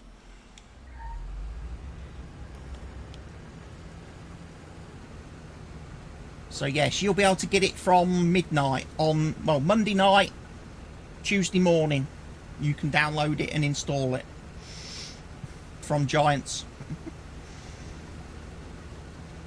And as I say, for anybody else that hasn't got the DLC yet, if you order it now, it's $8.99. If you wait till Tuesday, it goes up in price by £1, by $1, by €1. Okay? So if you pre-order it, you save yourself $1. And like I say, if you buy the season pass, you get this DLC plus all the other DLC packs that are coming out later this year. And that will actually, when you work it out, save you even more money if you buy the season pass. Because the way the Giants do the pricing, the season pass basically works out that you get like one of the DLCs either for free or very nearly free if you buy the season pass. But not everybody wants the season pass, I understand, because not everybody wants all the DLC. They like to pick and choose, and that's fine.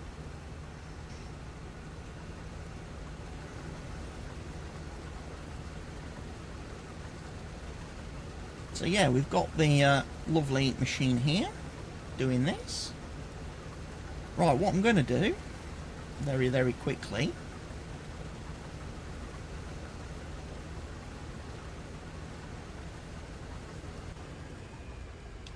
let's just lift that up. And again, if I show you, can I not fold it? Probably because it's not empty.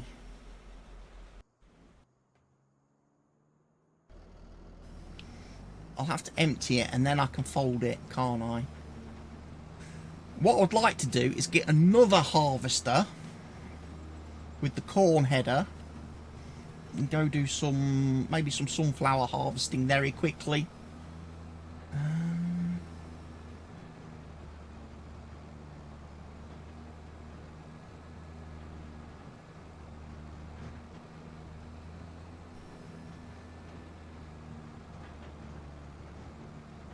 Yes. On this as well, you can with the combination of one of the bumpers and the right stick, you can actually move the cab position, because the cab is like on an arm, articulated arm, so you can actually move that around as you need to.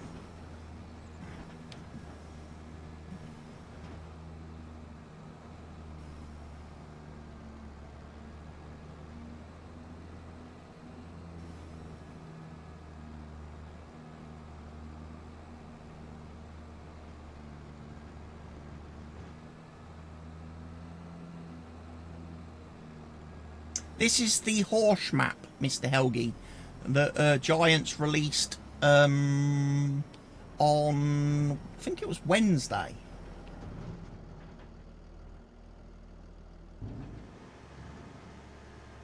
On the mod hub.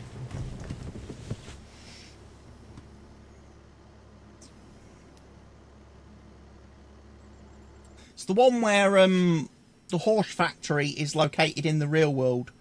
That they test all the horse equipment on. We've had this map in FS19 and FS20, FS22. I like it. I like this map because it's just got great big massive fields for you to test stuff on. It's good for big fields and big equipment, which again is a reason why I chose it for testing this DLC.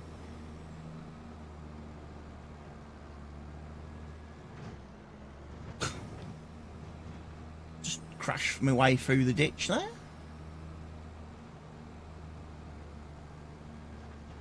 Oh, I didn't pipe out, did I? Let's do the piping out business. There comes the pipe.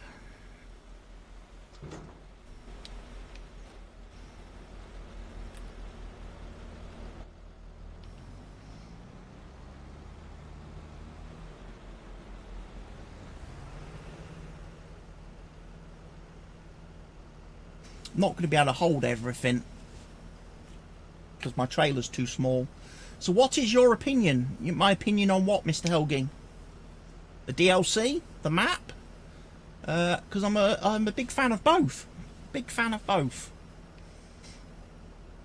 Like I say, huge fields on this map, look. Huge fields. It's a little bit, like I say, for some people it's probably lacking in sell points and that.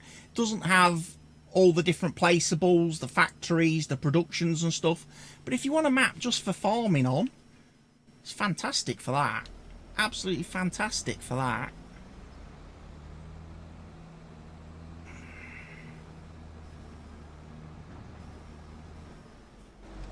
You do need a rope ladder to get in the cabin, yeah.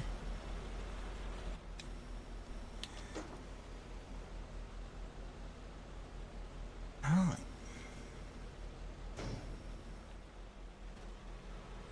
There we go.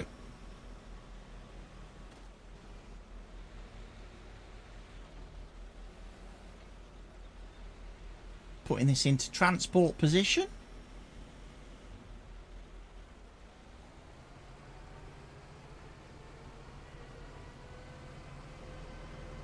What a bit of kit, eh? What a piece of kit that is.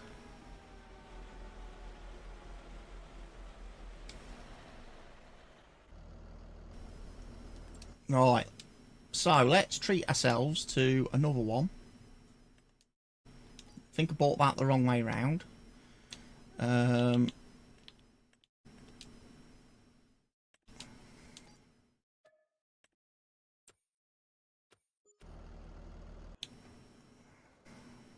we go.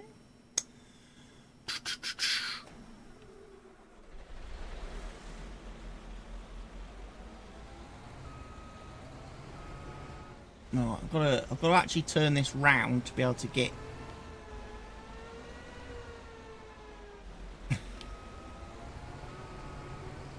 One engine, yeah, one engine can handle all the tools, Mr. Helgi. So you only need, effectively, you only need to buy the one machine. Obviously, for the benefit of this, rather than keep chopping and changing and driving all the way back to the shop, I keep buying a new machine.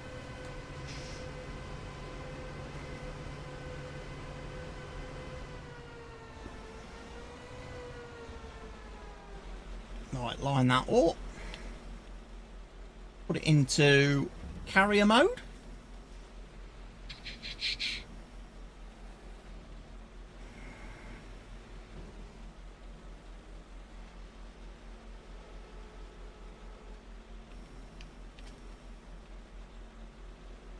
So yeah, I can move the cab.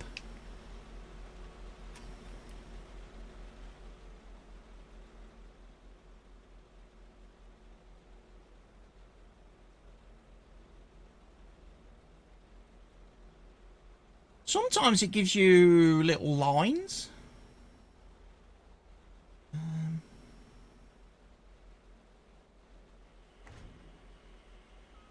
To show you how to connect it up. And there's an option as well where you can where the vehicle will auto align itself. When you, if you press the D-pad down button, it will auto like steer and align itself to the item that you want to connect to. Right, we're going to have that. Are we going to have it in different colour? We are. We're going to have it in bright yellow.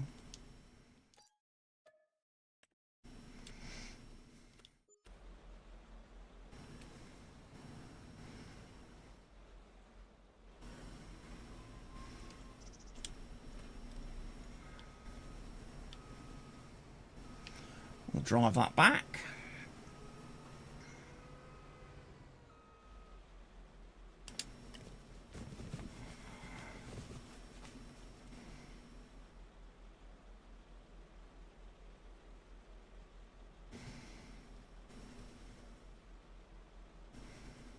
Okay, so that's that header that folds.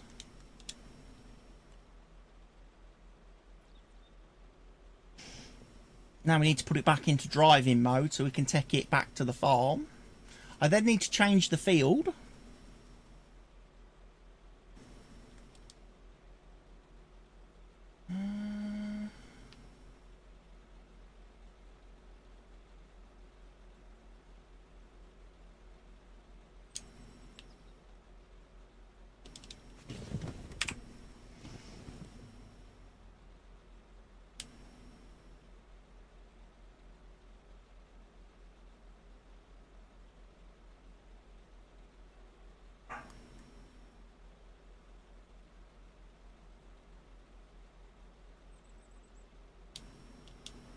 There we go. Enable transport mode. That's what I wanted. Harvesting speed seems to be 12 kilometers an hour, Mr. Helgi. Or at least it was when I was doing oats.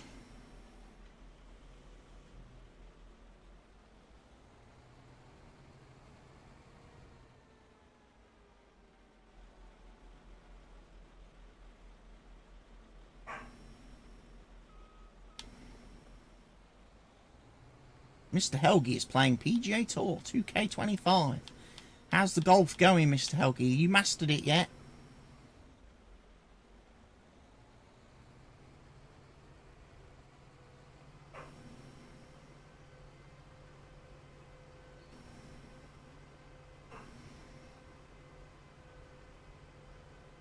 I started a new career mode the other day with one of my other golfers.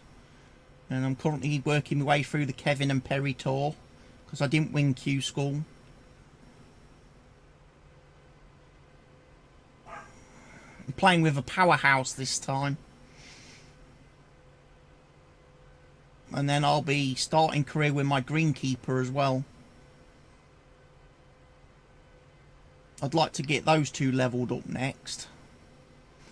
Because then I can unlock power drive and smaller green grids when I get those to, both of those to level 85, and then I can put power drive and smaller green grids on my technician, my 98 overall rated player, and then hopefully should find the game a lot easier then at that point.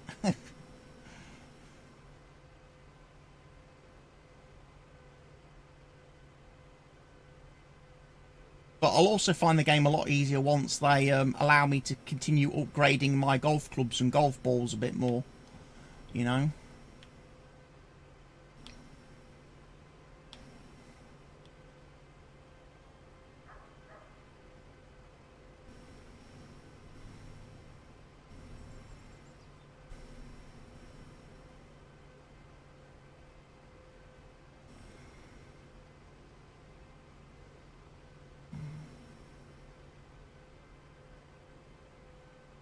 Right, we're going to do some jiggery pokery in a second, we are.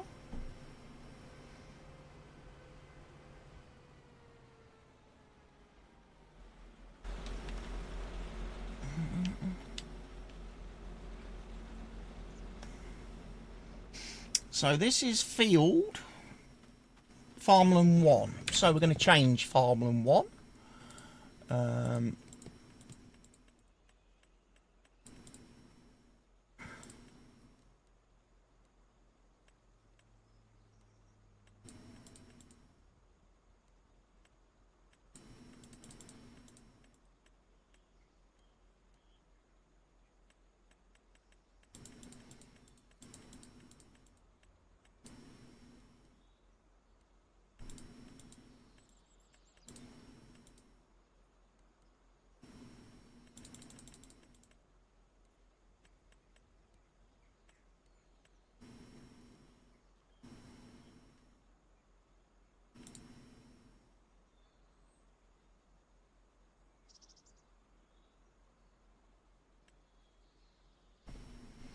We are harvest ready, baby.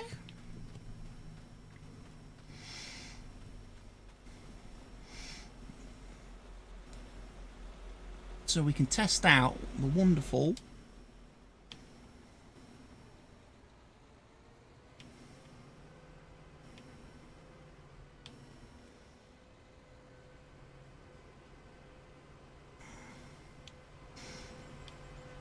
sunflower harvesting function of the machine.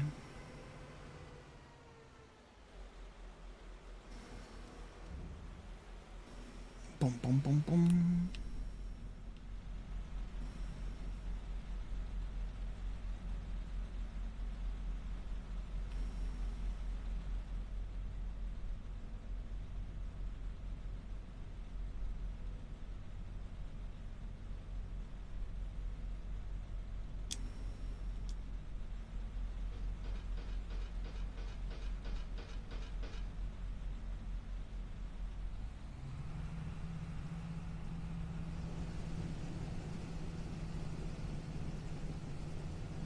Oh yes, you can definitely do harvesting from in-cab, Mr. Helgi.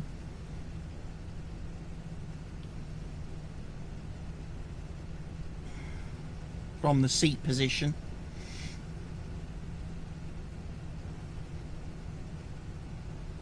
Quite like that.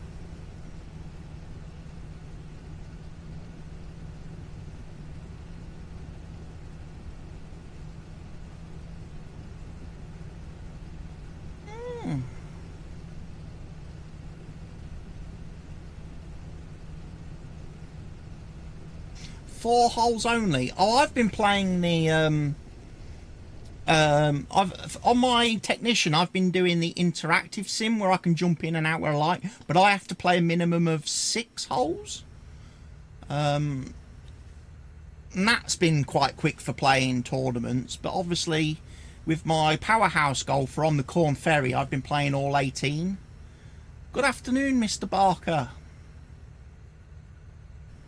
Thanks for joining us for the final half an hour of the stream today.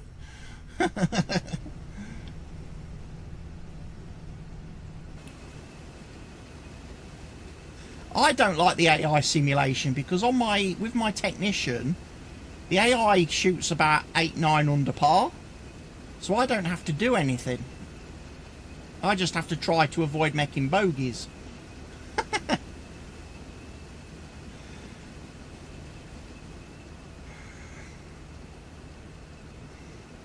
For 6 holes, and I can win every tournament then. If I let the AI play 12 holes and it shoots 9 under, then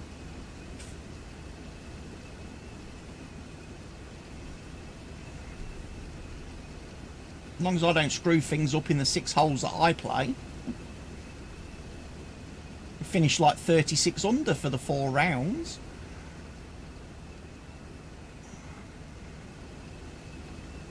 So yeah, sunflower harvesting. That's going quite nice. Right.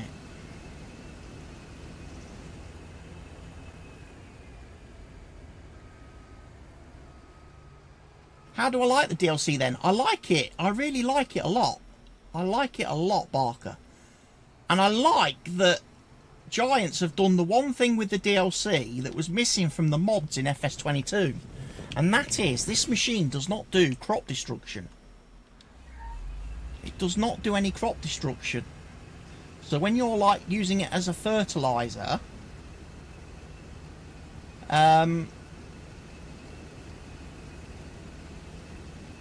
doesn't destroy your crops and stuff. So I definitely like it.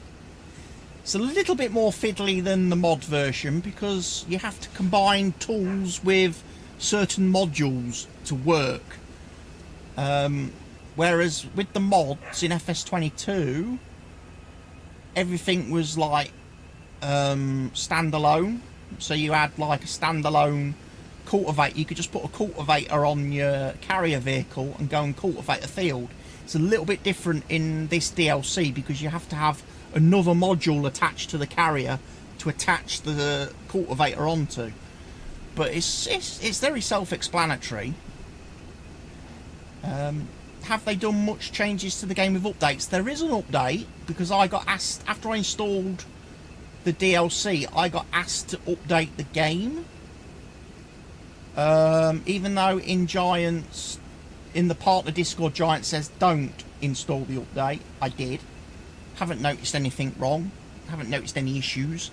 I'm guessing there's going to be an update probably in the very near future for the game. Another patch from Giants that fixes some things and makes changes to some things. Obviously they've been banging out quite a bit of free content this week in terms of vehicles you can download, a map you can download, which I'm playing on currently, and a few other bits and bobs. So yeah, Giants are certainly doing the work with the game.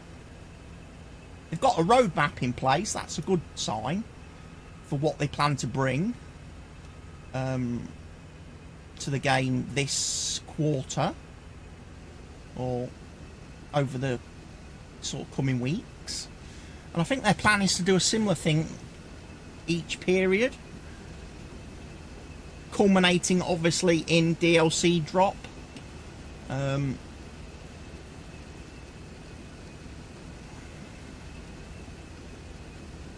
But for a first DLC pack, I'm very happy with this one. I really enjoy this one. I like playing with it.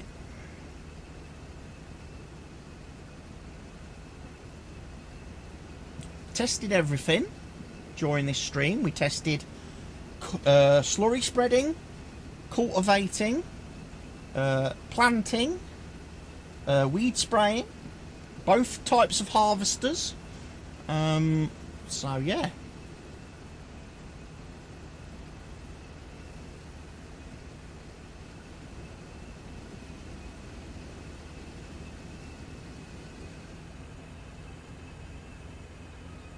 Yeah, they added a good, yeah, for £9 as it is now at the moment currently.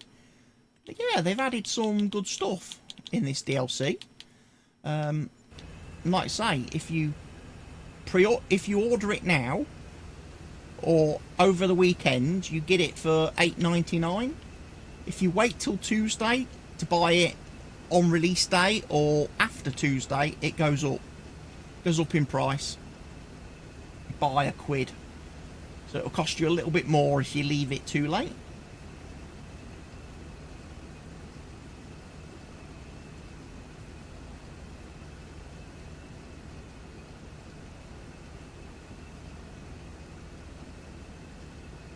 Yeah, I quite like. I'm really liking it, and the AI seems to, the in-game AI workers, you can operate it without any issues.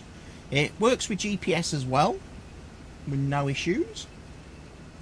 So yeah, I was really quite pleased with it.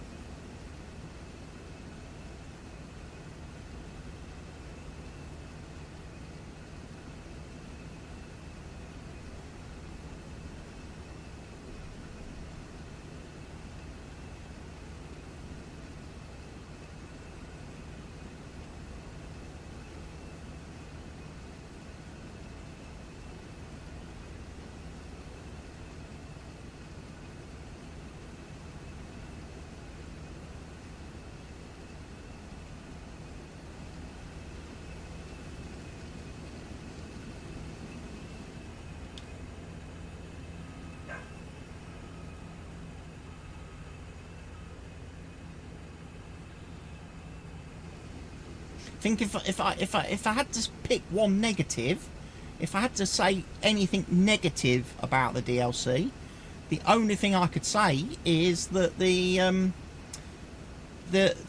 attachment for doing the fertilizer spraying and herbicide spraying is a little bit slow.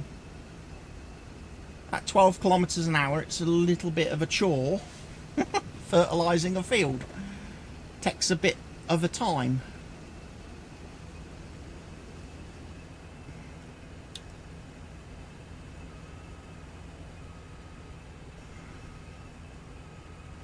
Whereas everything else seems pretty quick.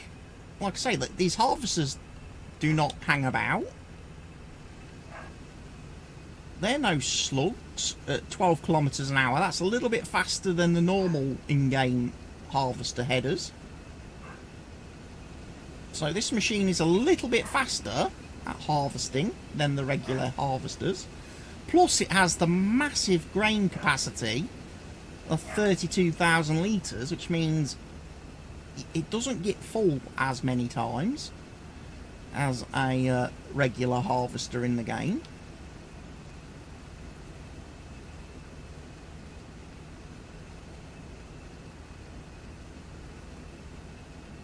I think for the harvester alone, it's good money. I would buy just the harvester, the carrier vehicle, and the harvester stuff to use on maps. I would.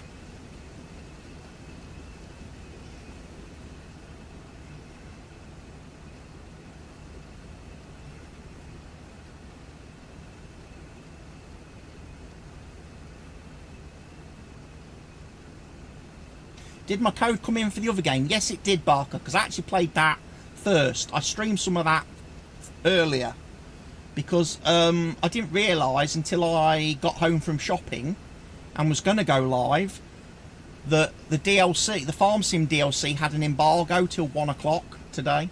So I couldn't actually go live at like 10:30, 11 o'clock when I wanted to. So I was like, what am I going to do for a couple of hours? So I started having a look at 2K25 and had a couple of crashes trying to change some. I need to report that actually. I must remember I need to go and report that after stream, because I had some crashes when I was trying to delete tag teams in the roster screen.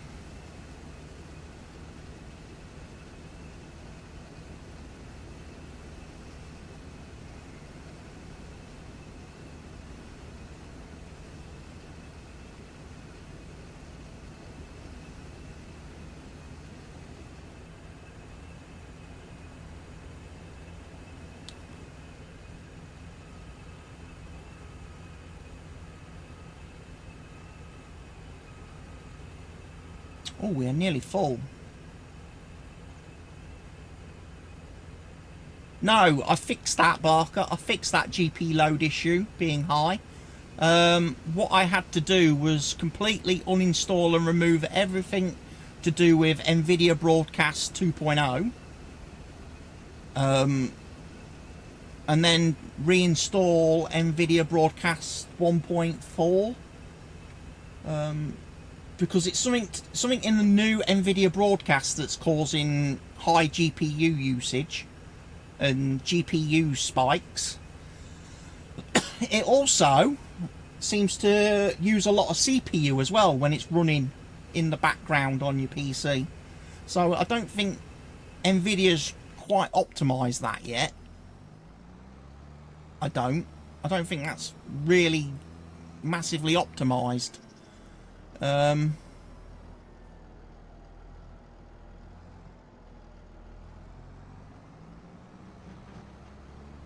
So I've gone back to the previous version of NVIDIA Broadcast, which, like I say, it's got all the same functionality as 2.0. However, it does have that annoying issue where if I don't remember to start like OBS as soon as my computer turns on or I restart my PC, if I open like Discord or Google or Firefox or anything, then that's it. The webcam's fucked. I can't load it in OBS to do streaming, because it's like the other programs take control and steal the camera.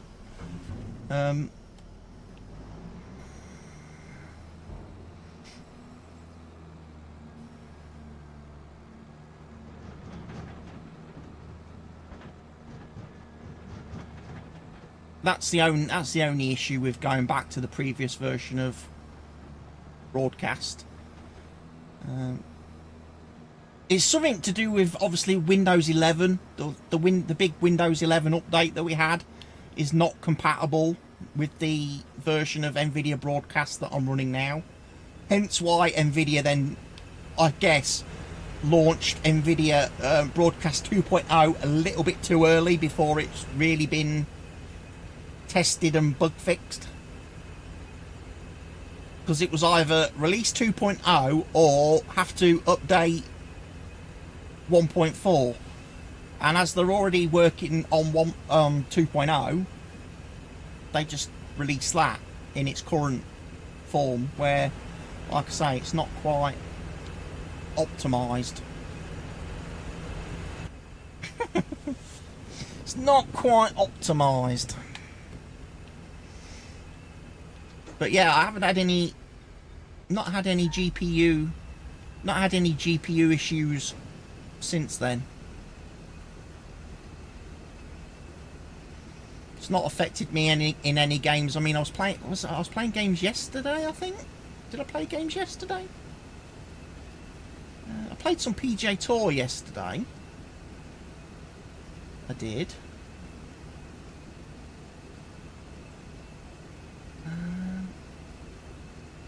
What else did I play yesterday?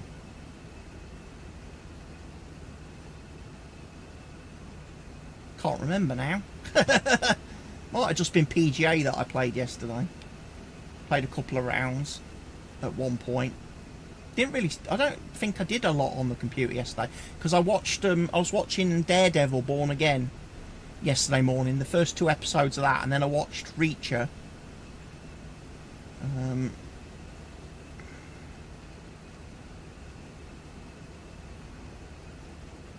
You told me how your gaming went, yes.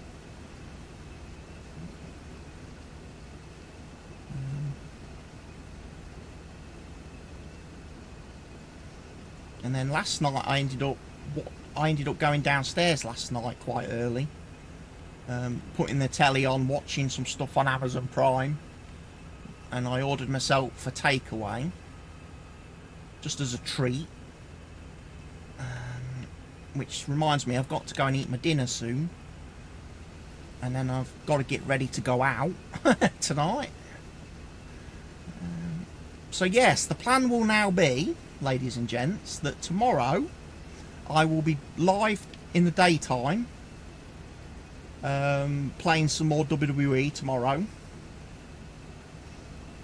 and then I'm going to a gig tomorrow evening, Under the Covers round 2, as I'm doing Under the Covers round 1 tonight. And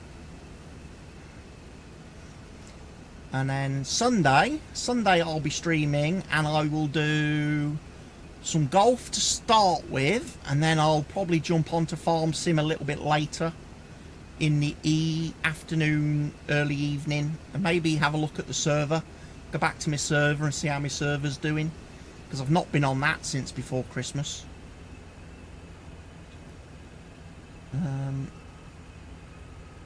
See if I need to update any mods or anything as well, and get that updated if I need to. Yeah, I've got yeah, gig tonight. I'm going to see Under the Covers tonight with a lady friend. I am, so I'm looking forward to that for 2 reasons.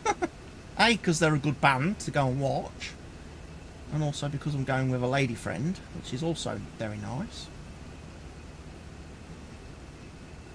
Although she sent me a picture a little while ago that she's had a bit of an accident with the fake tan. And she looks like she's been freaking tangoed. She looks like fucking Tango Man. And I text back, well, at least I'm not going to be looked at and stared at all night by people, for a change.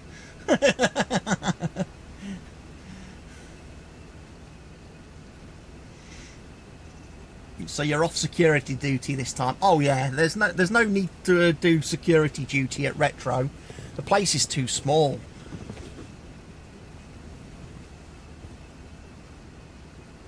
Plus the band are on a little platform bit anyway, so it's a bit high up for people to jump on their equipment. But I want to make sure I get there early enough this evening that I actually get the table with the good seats close to the front.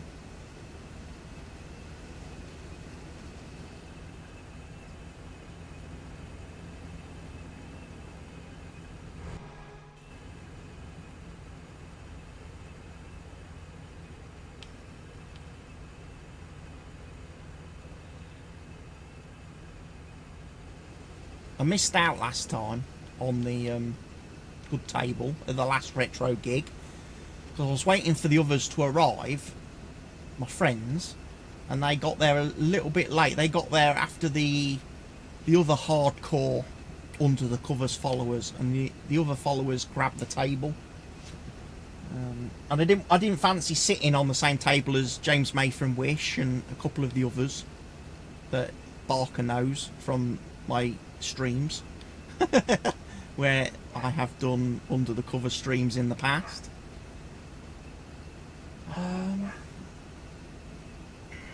The lawyer. No, I don't think she was at she's not been at an Under the Covers gig. She was at the oh, what were they called? The very first gig we did, the reunion, Dynamite Billy.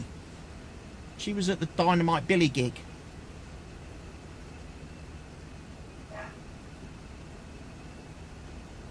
Did anybody watch the detail stream anyway from last week? Has anyone watched that video on YouTube yet?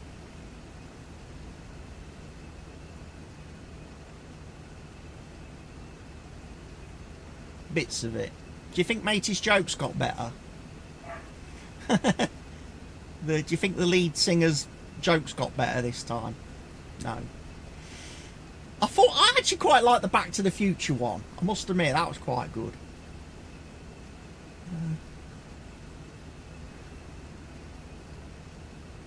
And I also like the bit where he was filling time, where he did filling time when the bassist blew his amp and had to go and fetch another one.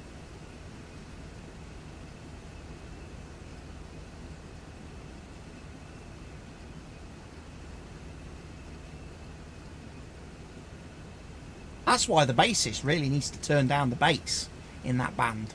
If he's blowing his amps, he's too loud.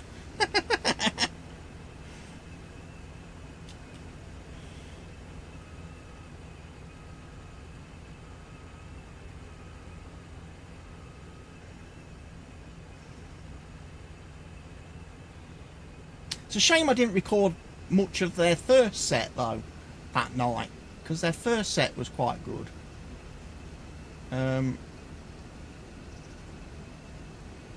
The singer was particularly good at having a dig at the directors and the board.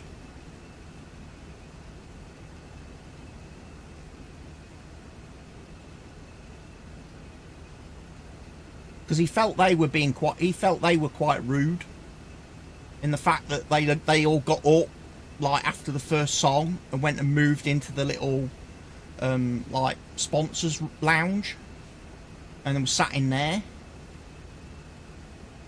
No recording tonight, obviously. No, I don't. I might record a couple of bits and pieces, a couple of odd songs maybe. Don't. What do you mean, don't?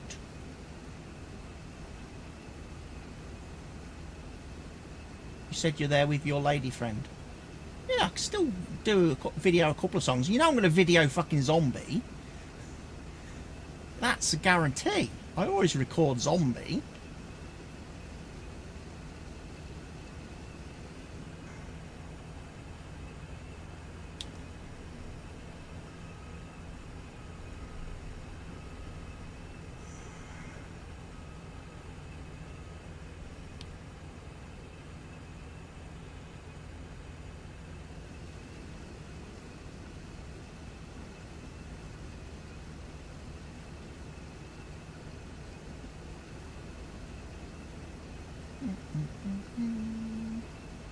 Right, we've got 9 minutes left. I plan to finish at 4 PM. So if anyone's got any burning questions about the DLC, feel free to ask them now, or don't be giving your phone more attention than her. I won't.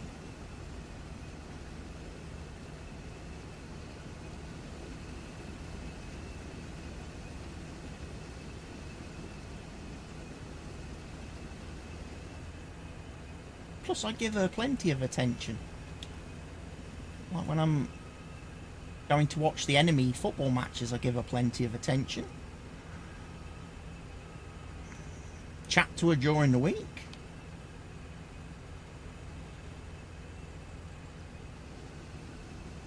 Even fixed a photo that she posted the other night when she went to watch them away.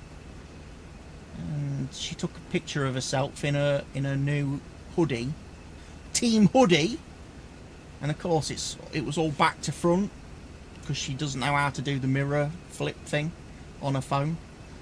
I was like, I'll just mirror flip that for you and send it back to you.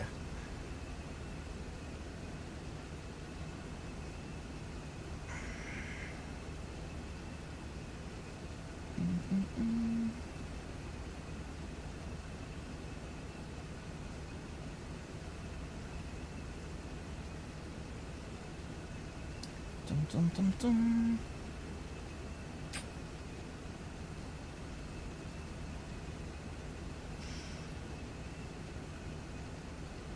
Forgot to get me under the covers hoodie ordered this month, so I won't have it for these 2 gigs. Probably won't, even if I order it now, I won't get it for next weekend's gig.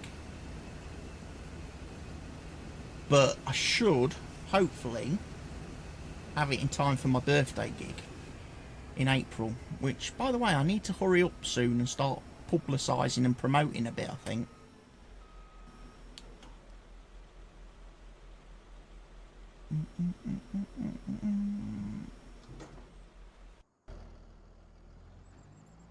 Yeah. It is. I'll turn that off. The beacons.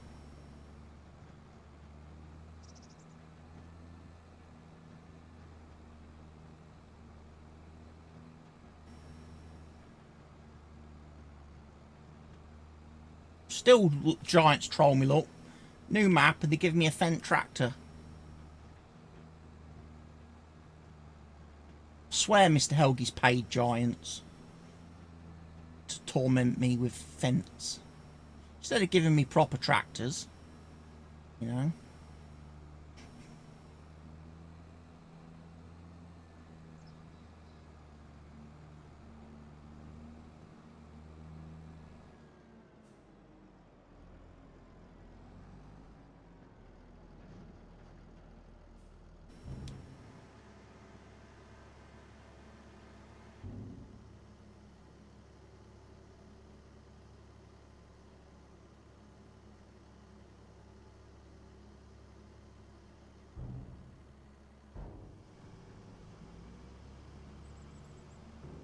It looks like Lego bricks. Looks like they built their farm out of Lego bricks, doesn't it?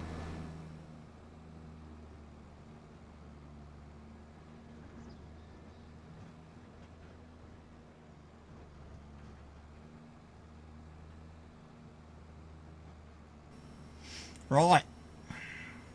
Just unload this guy. Then I think we're probably done for the afternoon. Showed off everything in the DLC. What I can do is just come back to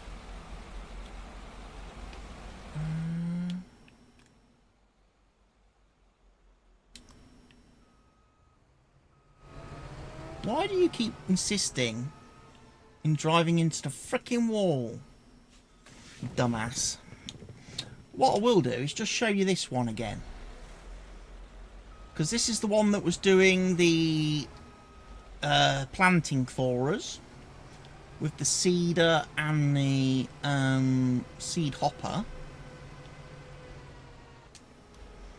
So let's put it in transport mode quick, just so we can whiz it back into the yard.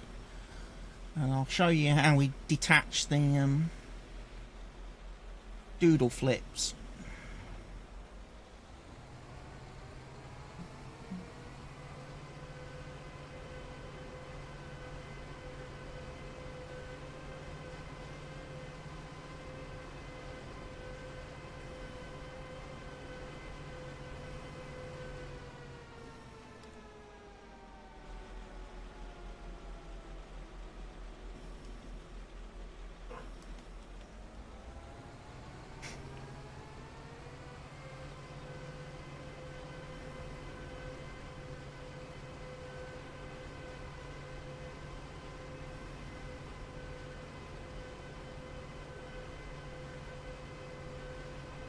So, for example, I want to drop seeder there, same.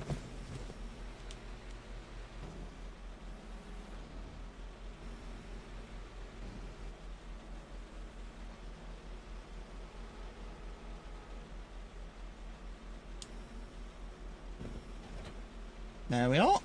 Seeder disconnected. We reverse back now. And there it goes, you lot. It shows you, there's the green lines, look. So if I was to go like steering this all over the place,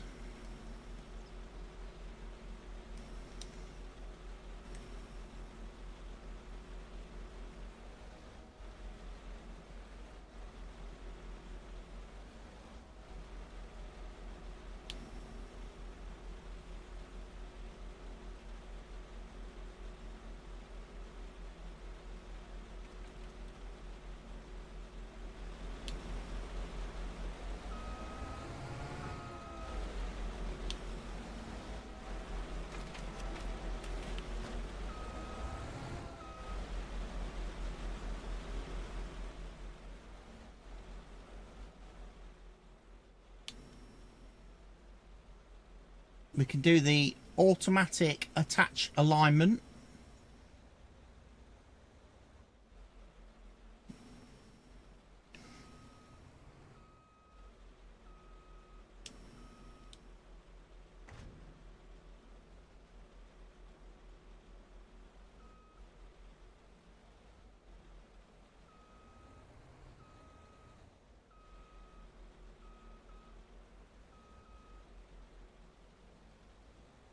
That should have come off there.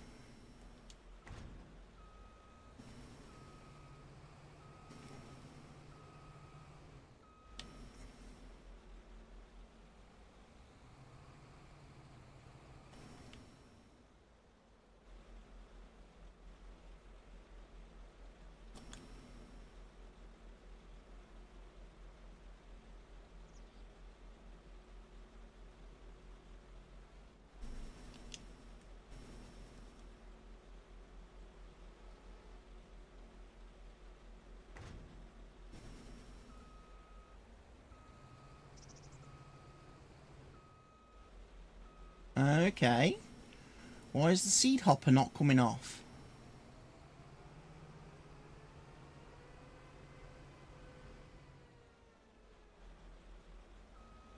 There.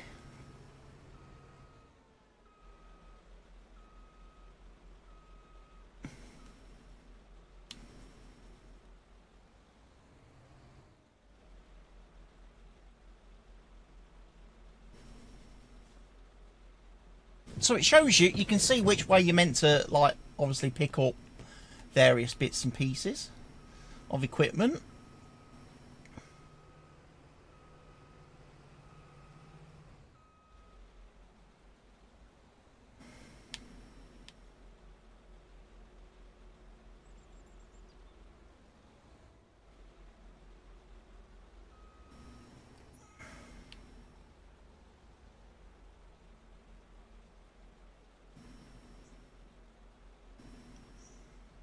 Get it somewhere near, then use the automatic attach alignment and that will grab it.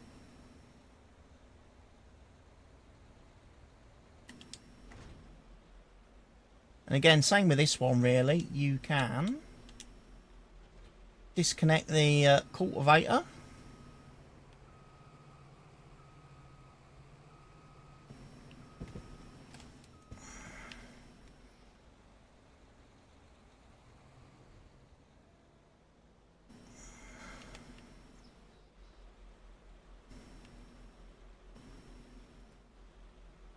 Then disconnect the slurry spreader separately.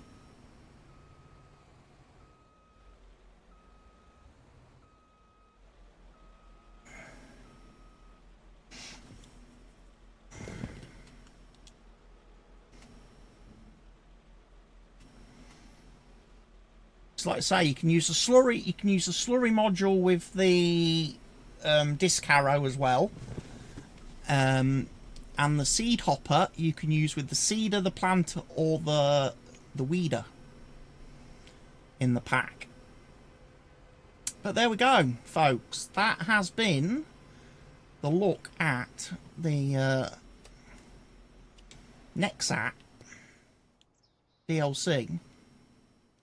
For today, we'll go back to just chatting. We'll go back to the old websitey thing. There's been a few mods released today by the looks of it. Nice of Giants, isn't it? Bang out some mods. Right then, folks. I hope you've enjoyed today's stream. I hope you've all enjoyed that look at the NEXAT DLC. If you have enjoyed it, good stuff. If you're still a little bit like, meh, I don't know how I feel about the DLC, then, you know, what can I say? But I enjoy it. I like it. I think it's pretty groovy for what it is. And I'm looking forward to playing with it in game a bit more. And yeah, I am going to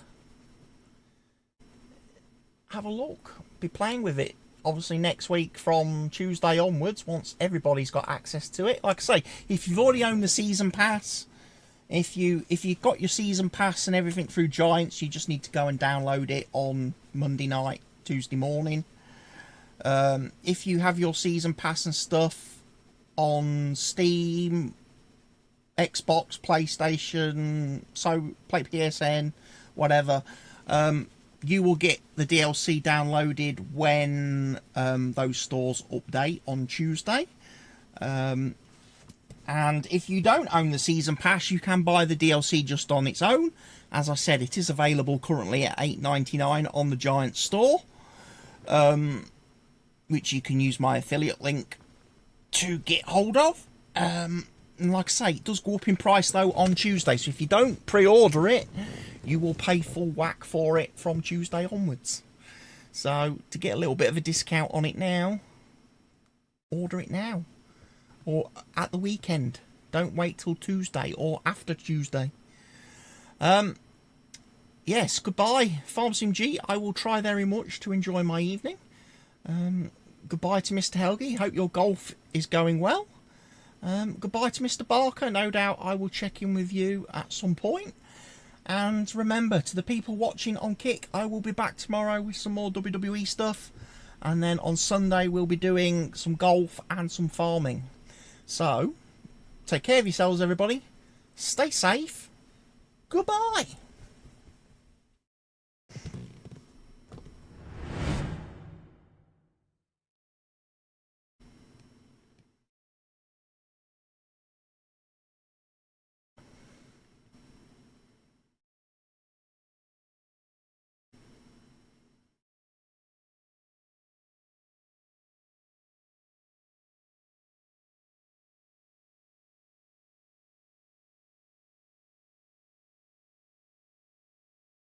Peas feeling spicy.